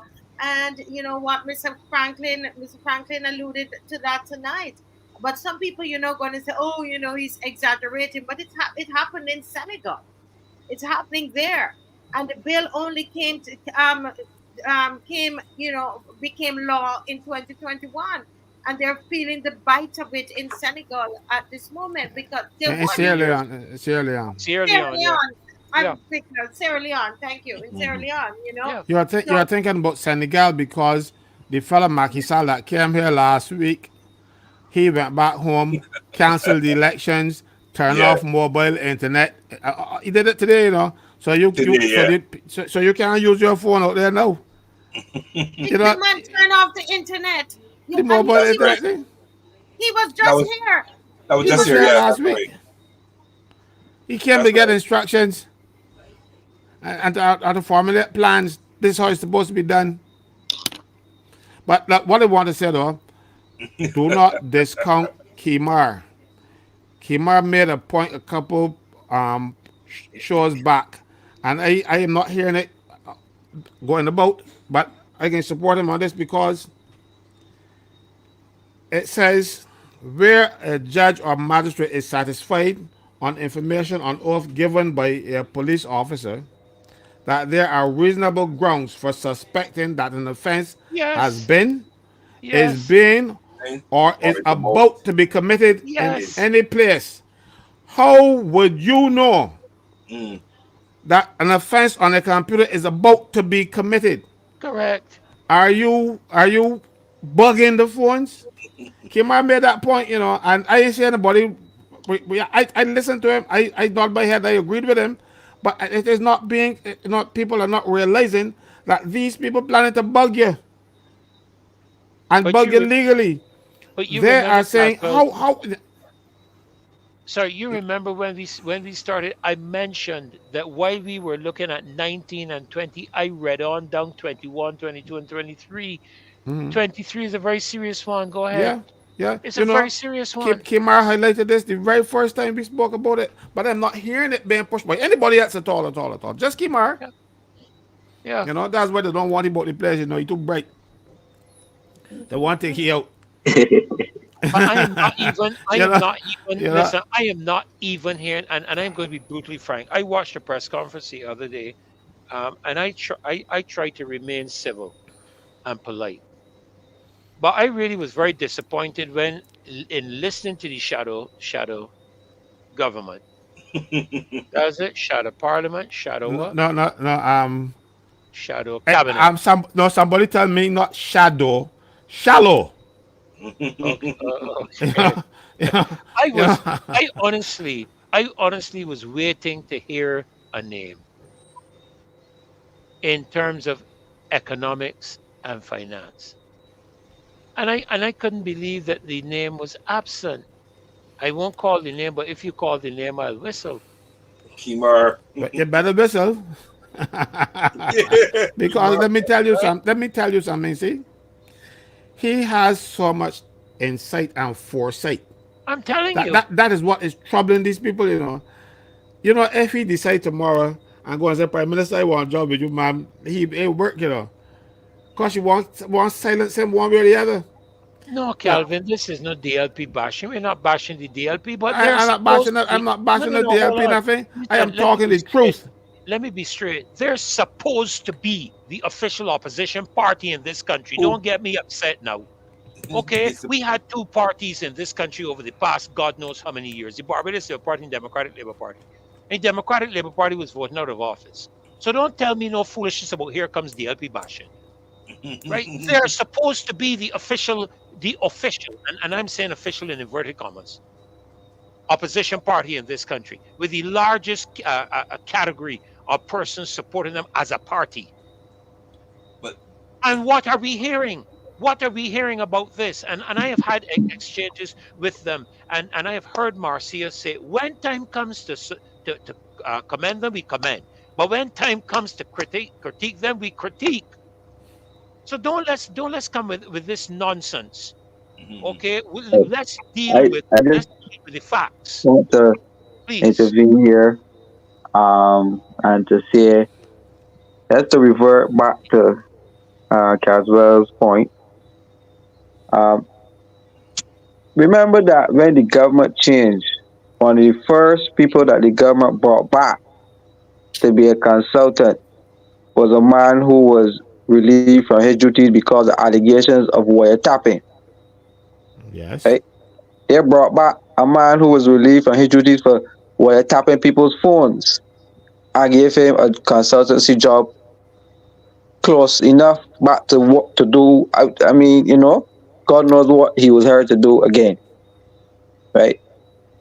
And they are now seeking to pass legislation which says that how do you know a crime is about to be committed? On the phone. I know how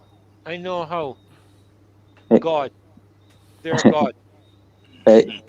But they're taking God out of everything, so I don't suspect God on this one. They're taking God out Right? and replacing him with themselves. That's why I said they're God. But that speaks to an issue of trespass into the privacy of people. Right? Absolutely. Um, I find it impractical that a crime is about to be committed and you could go and get a warrant so fast. How you can get a warrant so fast? Right? It don't happen, and you're supposed to be on the oath. Right? How can you get that done so quickly? So Monday night we're about to commit a crime right now, a cyber crime. The police officer going to get a warrant to come back to kick in the door to say, well, you guys are about to commit a crime. I have a warrant. I can arrest you. It's just not practical. So it says to me that as long as they are monitoring you and they suspect that you are into something that they oppose, they can just come, right?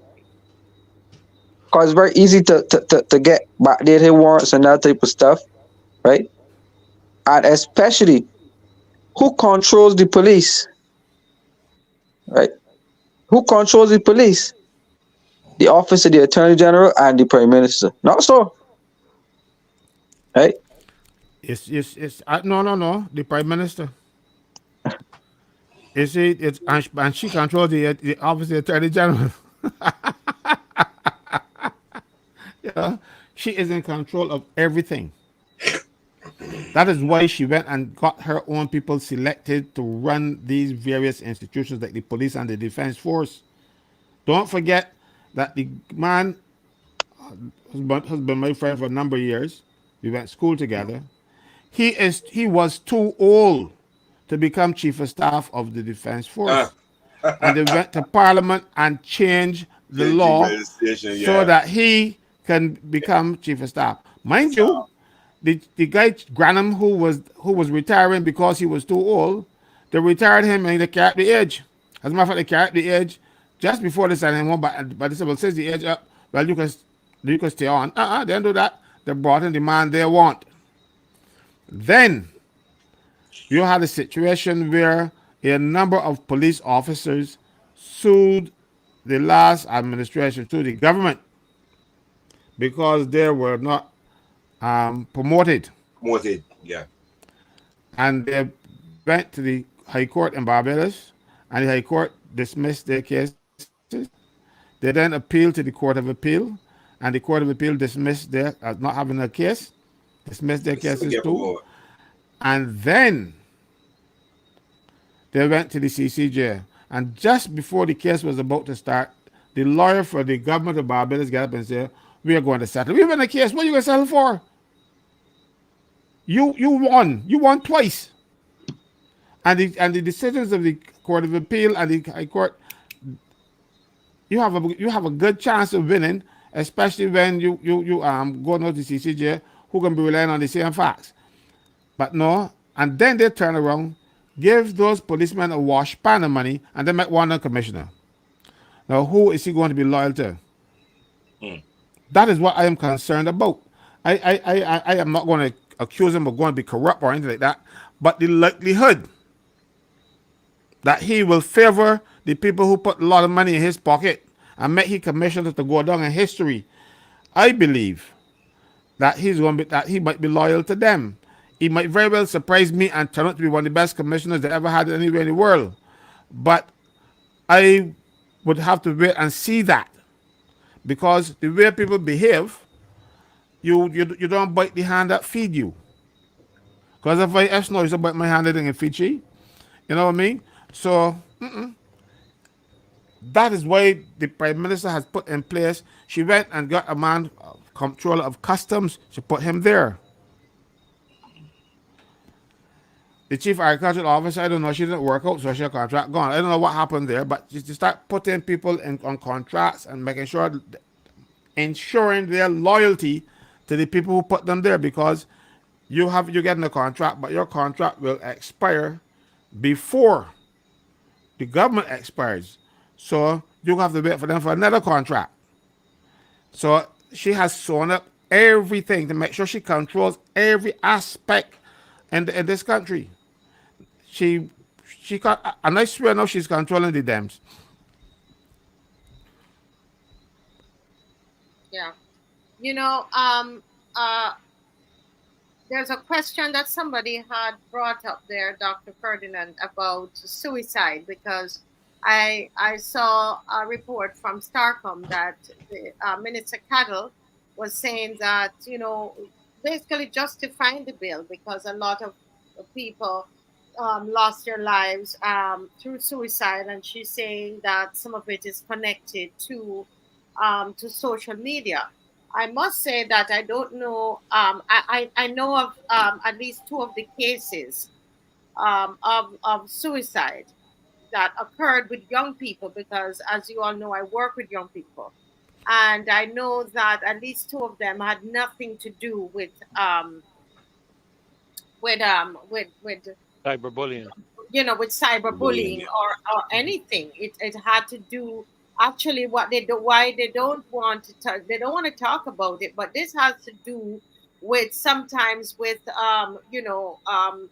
same-sex relationships, That's and right. you know That's what, correct. That's you right. can this is, so stuff like this, they're going to say it's hate speech, and they will come for me and lock me up. But I can tell you, I'm telling you facts. I'm telling you facts. That's right. Okay, of situations that I know of that had to do with same sex, not a thing with bullying, but with cyberbullying. But I'm not saying that it has not been done. Yes. And so with teen suicide is something that is always an issue. And that people can decide that they will commit suicide because they're being bullied at school. And it has nothing to do Th- with This cell phone, cyberspace. Yeah. Yeah. or with social media. Obviously, because the young people use that, it can creep over, and that can someone that cause someone to commit suicide. Yes, but to come with this kind of thing now, Minister, we can see through it. And I gave you a pardon, Minister Cadell, and I said, I'm just gonna wait to see what you're going to do. I'm gonna, I spoke very highly of you. I said you're an intelligent woman, and so on. But please don't continue down this road, because you're getting me annoyed now. When you're gonna come now to talk about suicide and domestic violence, we know what you're doing. We're not stupid. You're trying to play on our emotions, and to talk about, so we must say, all right, quiet down now, because people might just commit suicide if we leave it up, leave what is now happening. And we need a cyber crime bill to stop suicide and to stop domestic violence. Please, enough of that foolishness. we're big people now. We're adults and we're intelligent people. That doesn't work. As soon as I read it, I'm like, lady, please. All right.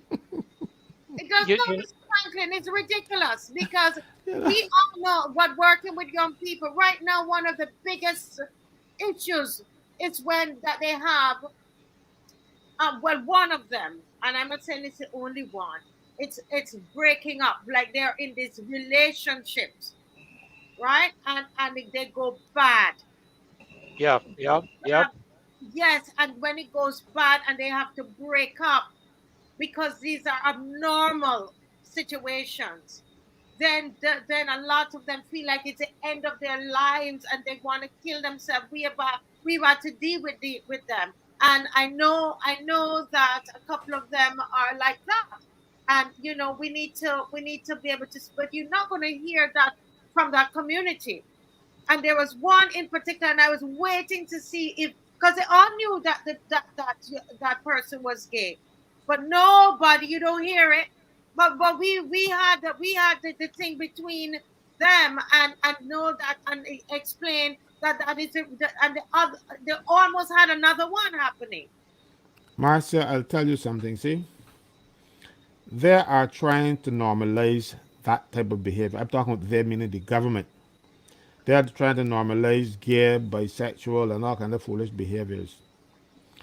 And it is traumatizing the young people who get involved because they somehow then realize that it isn't normal. It is not right because some you do things and you there's an inner voice that speaks to you, and that too is causing some people to want to check out not only the relationship as then because I get horned a couple of times and they never do nothing so funny, but I move on.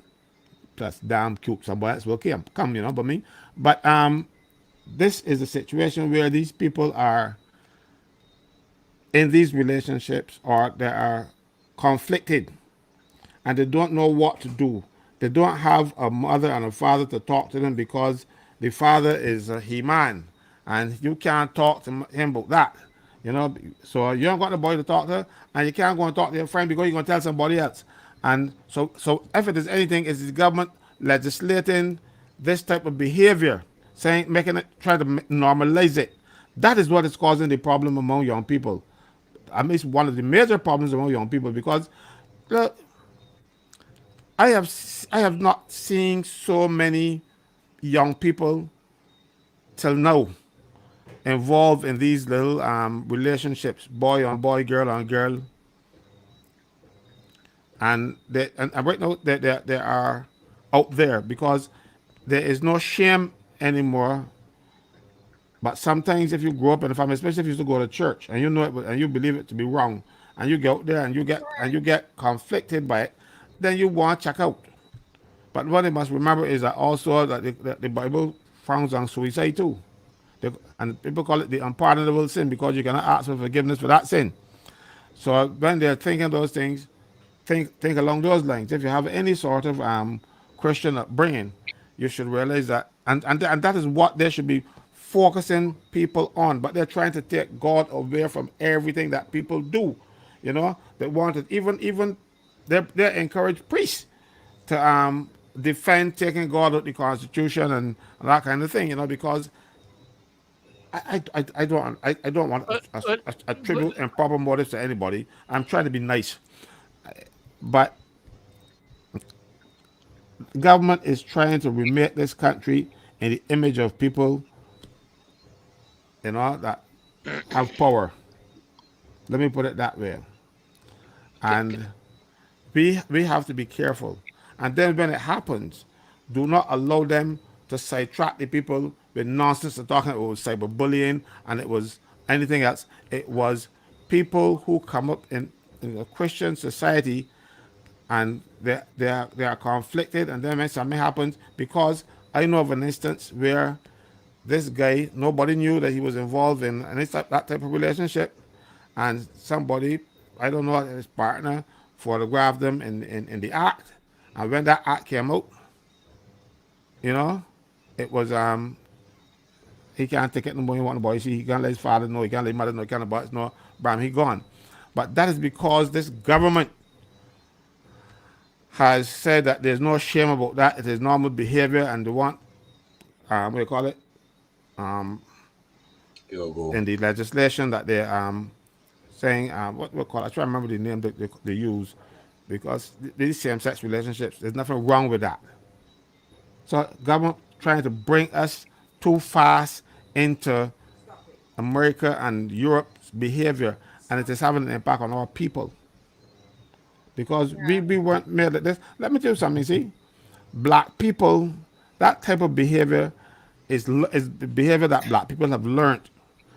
Black people that were transported from Africa to this part of the world learned that behavior. It is not natural. It is not normal. As a matter of fact, there were some African languages, some of the people who came to Barbados as slaves, there was no word in their language for homosexual. It did not exist in that part of the world. So they come down here and they learn it. I know these people want to make it normal and call it a human right. Isn't it a human right?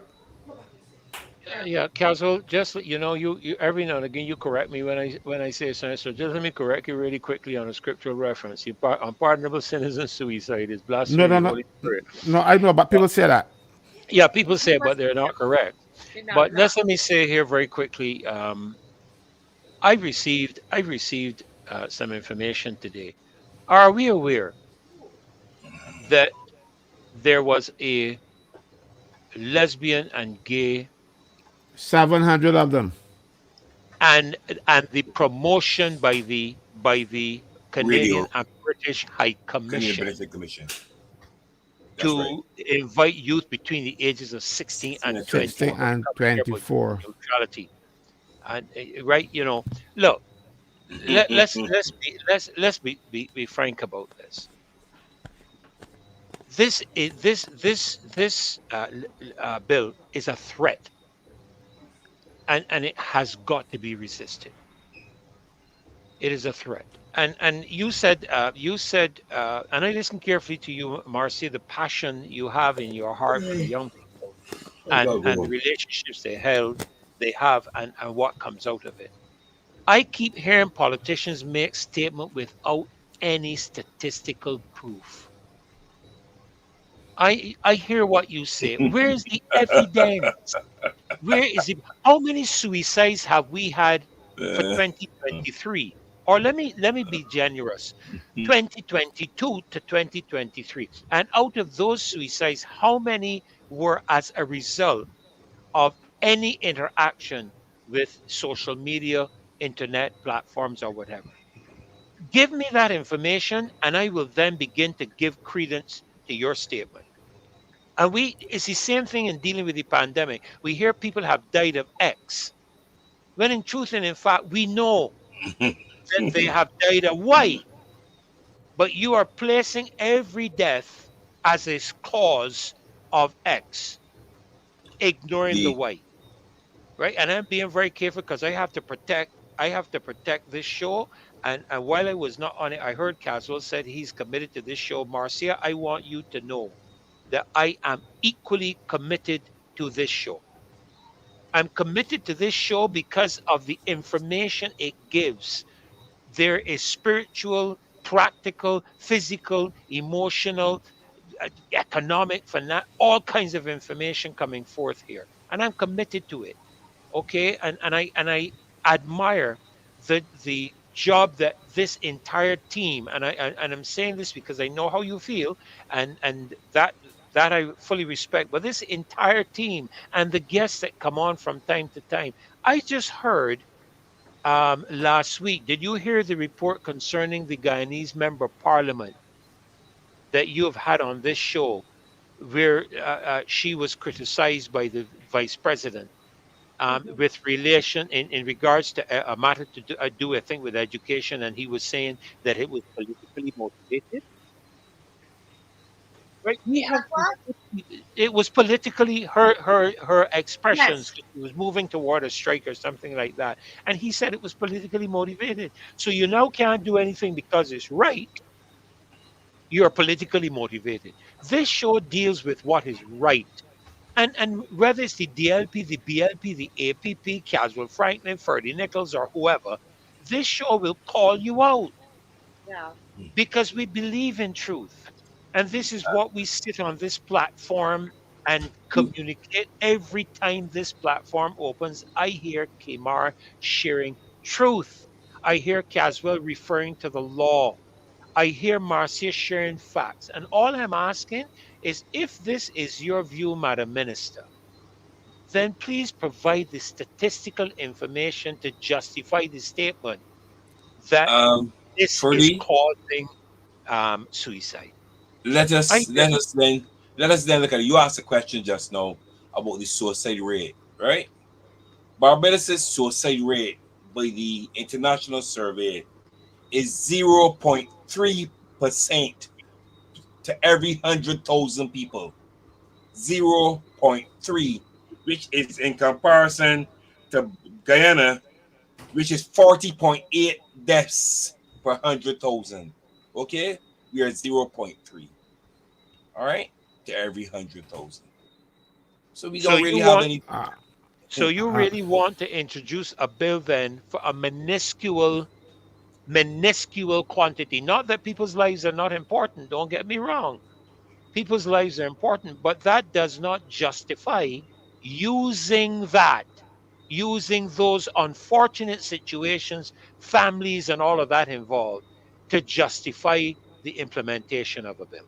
But Freddie, remember when I first came on, we were talking about people having their own truths and their own facts. This is not a situation there. You create your own truths and you create your own facts. You are not entitled to your own facts. You are not entitled to You're your not own entitled truths, to your own truths. You're entitled to your own right? opinion. Yeah, but everybody can That's hold an right. opinion. You have your own opinion. Whether wrong-headed or not, it is your opinion. You're entitled to that. But Correct. you cannot assert truth and facts to it when the only body who knows that they're facts are you. You are not entitled to your own facts, and this is what is happening in these kind of statements. They make it up. That's right. And you were correct, Nichols, when you spoke about the USA being the pivotal force in this, Oh, because yes. it's just been MSNBC has just been given permission to air any information, whether it is true or false. As I told you, they want their narrative to be put there and be taken as, sorry for the use of the word, gospel, without any contradiction, any opposition, Marcia, or any kind of, of anything against it, anti administrative at all. And that is what this is all about. They do not want bad publicity, they do not want any form of opposition, they want control, they want to be able to invade your privacy, and it's about total totalitarianism. That's what it is. In all wrapped up in a little ball. That's it. All right. Yeah. Yeah. Yeah. There Well, you go. it's 8 minutes to 10, and I want to say to us we are 812 persons watching, and I know that you log on. You log on for a reason. You log on because you know who you are. You understand that we are Yes. all part of the opposition. You understand, all 800 and something of you. You understand exactly who you are and what you have to do. I'm not of the opinion that Barbados has not woken up. I believe that Barbados, that the people are up everywhere I go. If I go walking, people are talking to me about what they're learning on the show. This Yep. evening, I was at my house and we heard a car outside, and Dave and we heard somebody at the door. I went and the gentleman said, "Do you know me?" I said, "No, I don't know you." I'm like, "Oh boy, what is this?" I called Dave. Dave came and Dave said, "Oh, he knew him. He lives in the same community here in St. Philip." And the man had in his car water, two cases of water, and a box of and a case of juice for the march. He said, "I watch this show every night." And I want to tell you, you can't tell my name. He said, you can't see the pictures there. He said, you can't say my name. But he brought 2 bottles, 2 cases of water for the march people. You understand? And a case of juice. And Caswell already told me that people brought water to him already, right? Yes. And God, because we know we're going to have a bigger number. And one of the things we do, we make sure that you are well watered out there. If we had the money, we would feed you too, because we're going to take care of you. You understand? So when Saturday, listen, guys, we are not just going to be, warring with our fingers and typing and doing, we're going to do all of that too. But you need to get out there, right? If it is true that you had one of them that came to see how many of us were at the march who came outside there, right? Listen, you need to get up out your bed, get dressed, do your chores this week, figure it out what you need to do, and get the chores done this week to make sure you're out at 10 o'clock, Massy, at Kensington Mall, right? Make sure that you're down there, because if this, as Terry says, he said there's something. This is the straw that has to break the camel's back. Do you understand? This is so important, Barbados. This, don't take it down. Lumumba was on. Take it lightly. Lumumba was on the show the other night, and he talked about slavery. He was so powerful. We need to cut out that section and send it around. And he was talking about slavery, and how if we're not careful, that's what we're getting back to. We come on here every night, guys, and we're risking so much to come on here. We've sat down and we counted the costs, and we decide we're coming on here. Me and my husband, we sit down, we talk about this long time. So we've counted the costs. What are you going to sacrifice, Barbados, for your freedom? Right?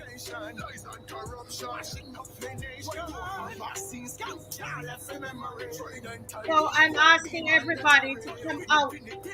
Come out on Saturday. Saturday, 10 o'clock. Saturday, 10 o'clock. We still need funds. You can bring the funds with you.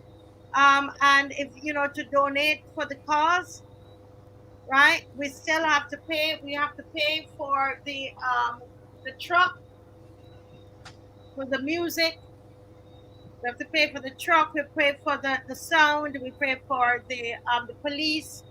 And I promise that I will let you know how much we need. I have to check with Mr. Franklin again to see what he has up there at Unity. So we're doing a little,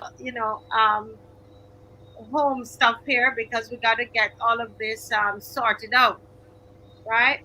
But everybody, what are you giving up?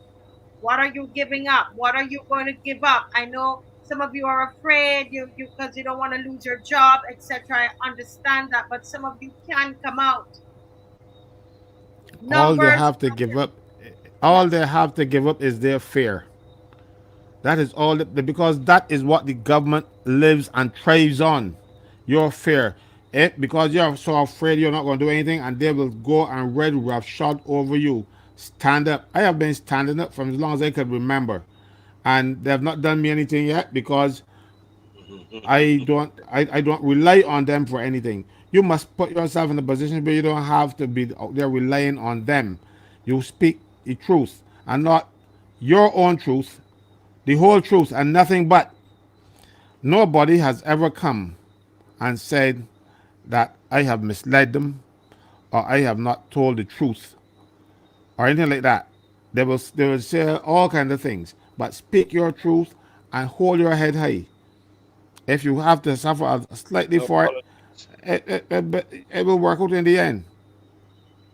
Yeah. I don't like to see people being mistreated and unfair, and that is where I've dedicated my life. I tell people all the time that I am a trade unionist.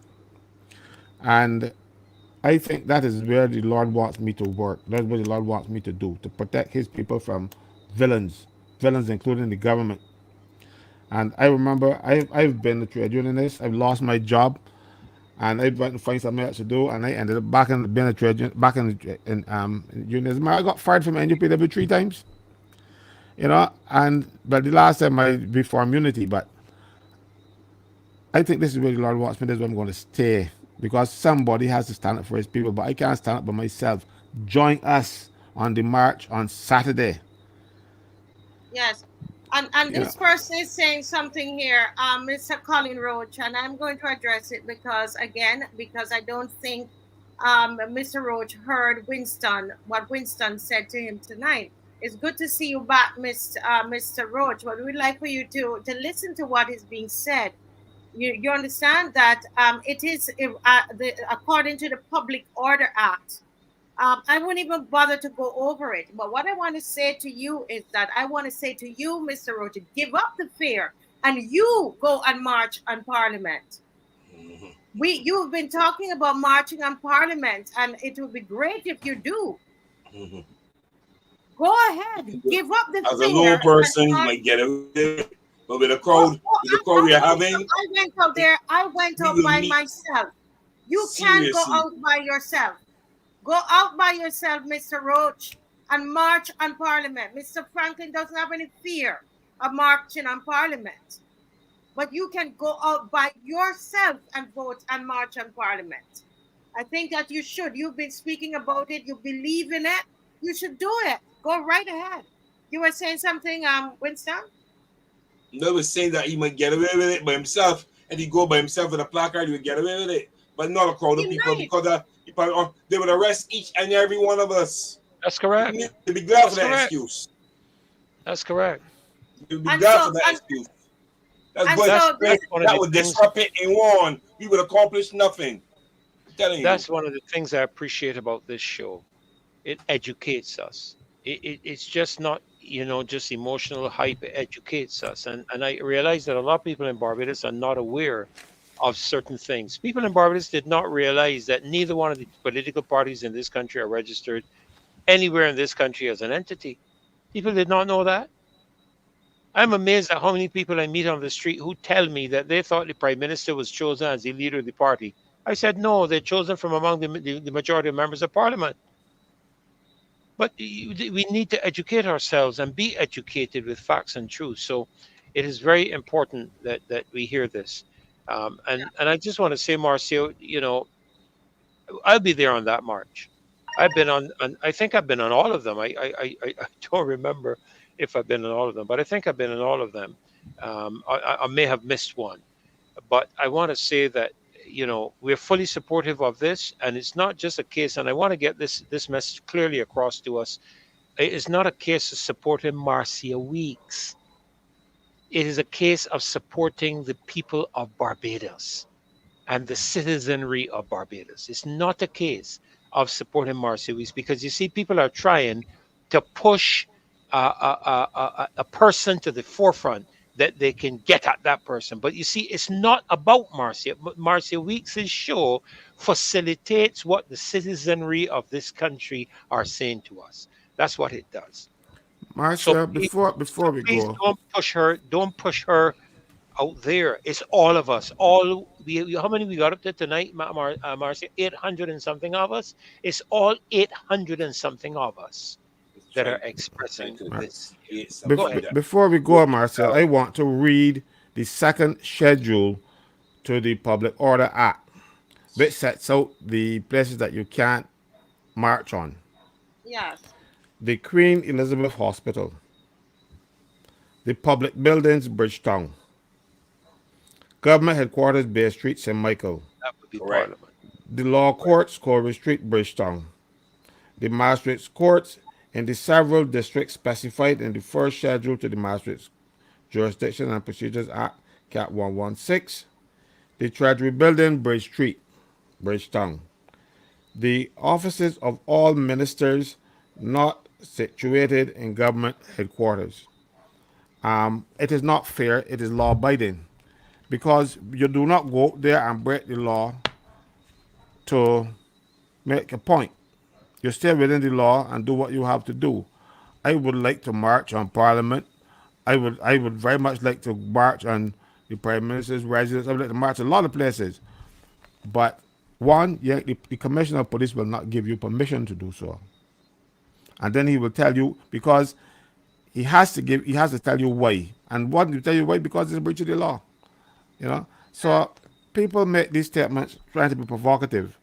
But do Isn't being so provocative. from a position of knowledge, you Let them know, do it themselves. and not a position of mischief. Mischief. Caswell, and also I'm glad Timar is here, and I really want to, because I try not to, I don't want to be seen as somebody who's telling lies, on the show. I applied to the, and Kimar is here, can verify it, if he remembers, that I went on the street by myself. I went and I applied to the police for a permit on October, I think it was October 10th. And I went on the street by myself. While I was there, I had a big sign, I know and I, that. That was outside of the Nation Outside, newspaper. no, not the no, that was done Nation. That was by the another one, right? Education Ministry of Education. It Near was there, close to, it was 200 yards, near to 100 yards away.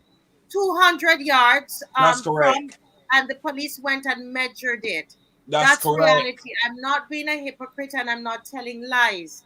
It is what happened. It's facts, and that this is part of what happened. So, that you're Caswell would have just read the law, and with the next show, then, you're going to come back and we're going to hear that we're afraid to march on the parliament. But right, but so what I'm saying is, guys, let's stick to what is truth. Kimar That's correct. came and helped me to hold the sign, and Lumumba helped me to hold the sign. And I said to them, be careful, because the police says that I have to be here by myself, because I went out there and I paid that fee for myself to go out there. All right. So just let's clarify that. But we are gone over the time. Kimar, you're quiet. Can you close off for us? Yeah. Yeah. Any closing words there? Well, just to confirm what you said just now, I saw you there and I just came to help.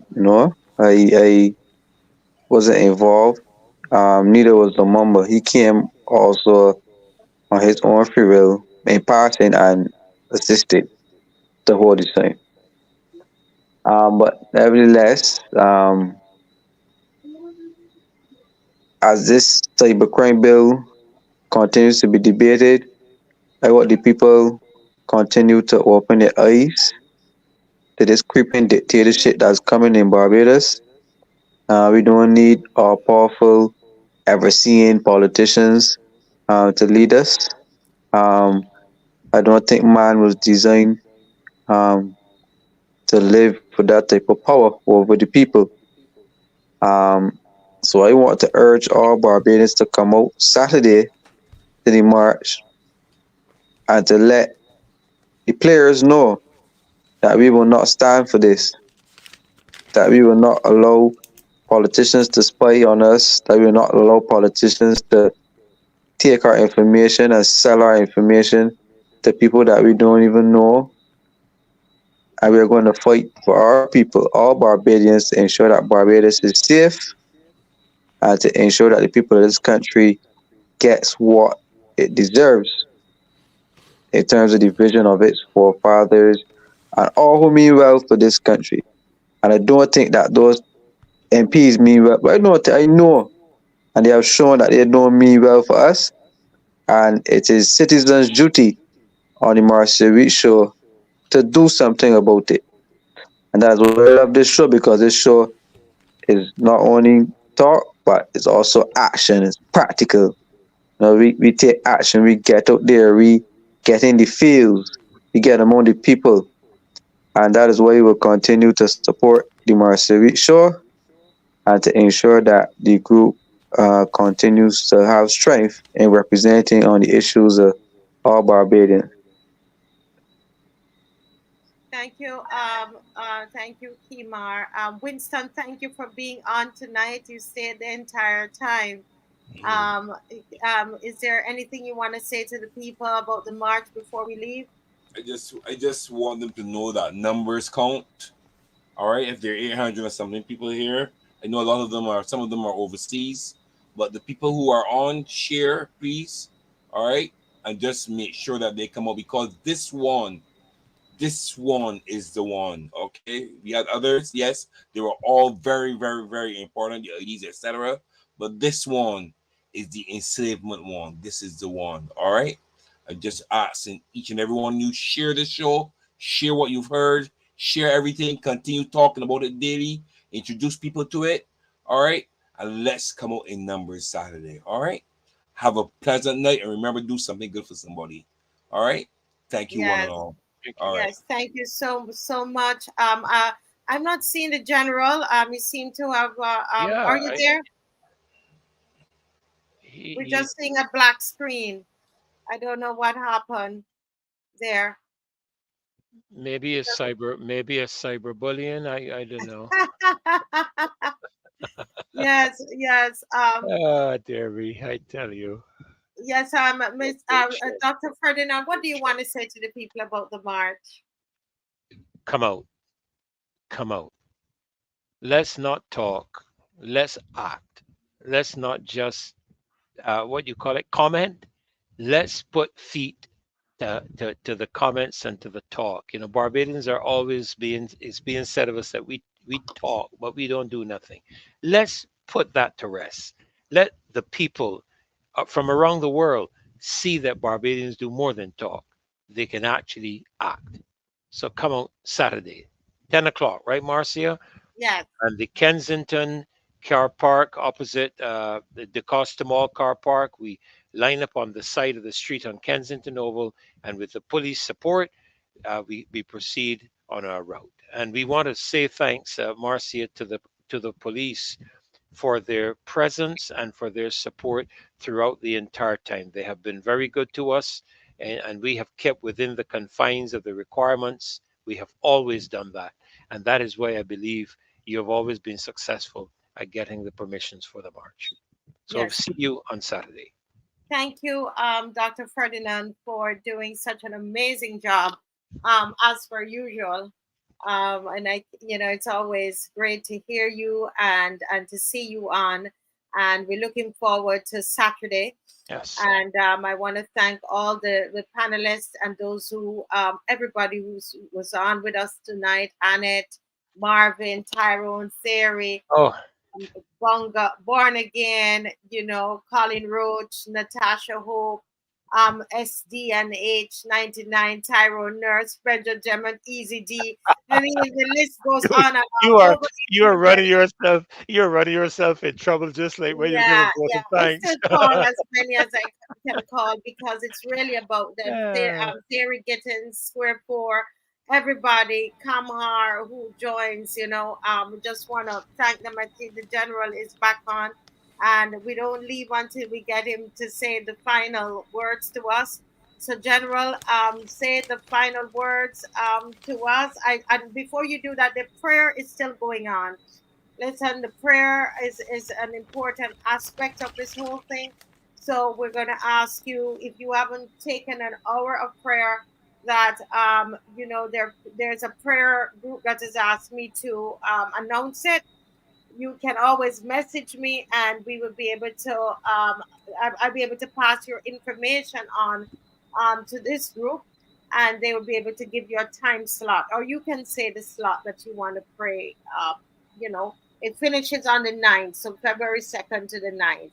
24-hour prayer going up for Barbados. Over to you, Mr. Franklin. Yes, thank you very much. I just got a call that came in and that knocked me off. From FaceTime. Yeah. Oh, However, I just want to close by saying, listen to Kimar's words. He said we're not designed to live in this creeping dictatorship. It is not creeping anymore, though. It's galloping. Mm-hmm. They put the spikes in the horse and then moving up. But he also said, they don't mean well for us. Now, you see that simple statement? If this act is passed, they could arrest him for that. Something as simple as that. Yes. Yes. So we have to be careful.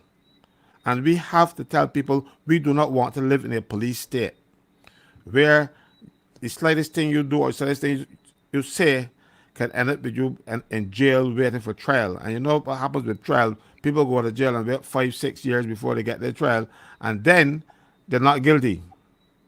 But you still lost 5 years of your life. They don't mind as long as you're out of the way. So what this march is about is to tell this government you have gone too far. And you people don't want you to go down that road. Come out and let them know that you mean it. Because if they don't see you out there, they will say, oh, it's just a handful of them as well fighting Massy and Kimar and 40 and the boy pay them the mind. So let them see now, because this is the test to see if Barbadians want to be living in a dictatorship with no rights. And the only way the government will see it, because they're not afraid to do their business, they're only afraid when the people stand up. So you must stand up. If you have not stood up for anything in your life before, stand up now, because this will affect the rest of your life. Come out and march with us. Let the government see that you are serious. This is not political. Whichever party was doing it, I would be here saying the same things. I try to be even-handed when I deal with politicians. And people tell me, man, could they Caswell, man, the damn big, so you should lick them. I said, no. One after used to say, the strongest metal goes through the hottest fire. So they got to go through this fire too. I can make them strong. Or I will try to make them strong. But this government needs to be brought to Christian understanding, or whatever type of religion you are, their understanding too. They must not be allowed to get away with this. Come out and support yourselves. This is not about Caswell, Yes. Franklin, Ferdinand Nichols, Massy, That's right. Kimar, or That's right. Winston. This is about everybody in Barbados. This is about your children. This is about the children that didn't come yet. Please, for your own sake, join us on the march on Saturday and let this government see that we mean business. Thank you all for listening to Amen. me, and good night. Good night. Yes. Good night to everyone, and we have a great show lined up for Wednesday. Wednesday, we are going to have, and why is his name slipping me again? The gentleman who came on, it's out of my head, Caswell, last week, Wednesday, and taught us about the different protest movements and the pressure groups. Why is Glenn, one of, Glenn Glenn Murray. Murray. it just went from my head, Glenn Murray. Mr. Glenn Murray is going to be on again, and he's going to continue where he left off, and we will talk about this bill as well, etc. On Wednesday. So we're going to have some more of that, and I'm excited about that. All right, guys. God bless you. I love you. Love you Yes. Good night. all. God bless. Bye Great bye. night. Love God you bless all. Caswell, Bye-bye. Kimar. Good night. Good night. God bless. Good night.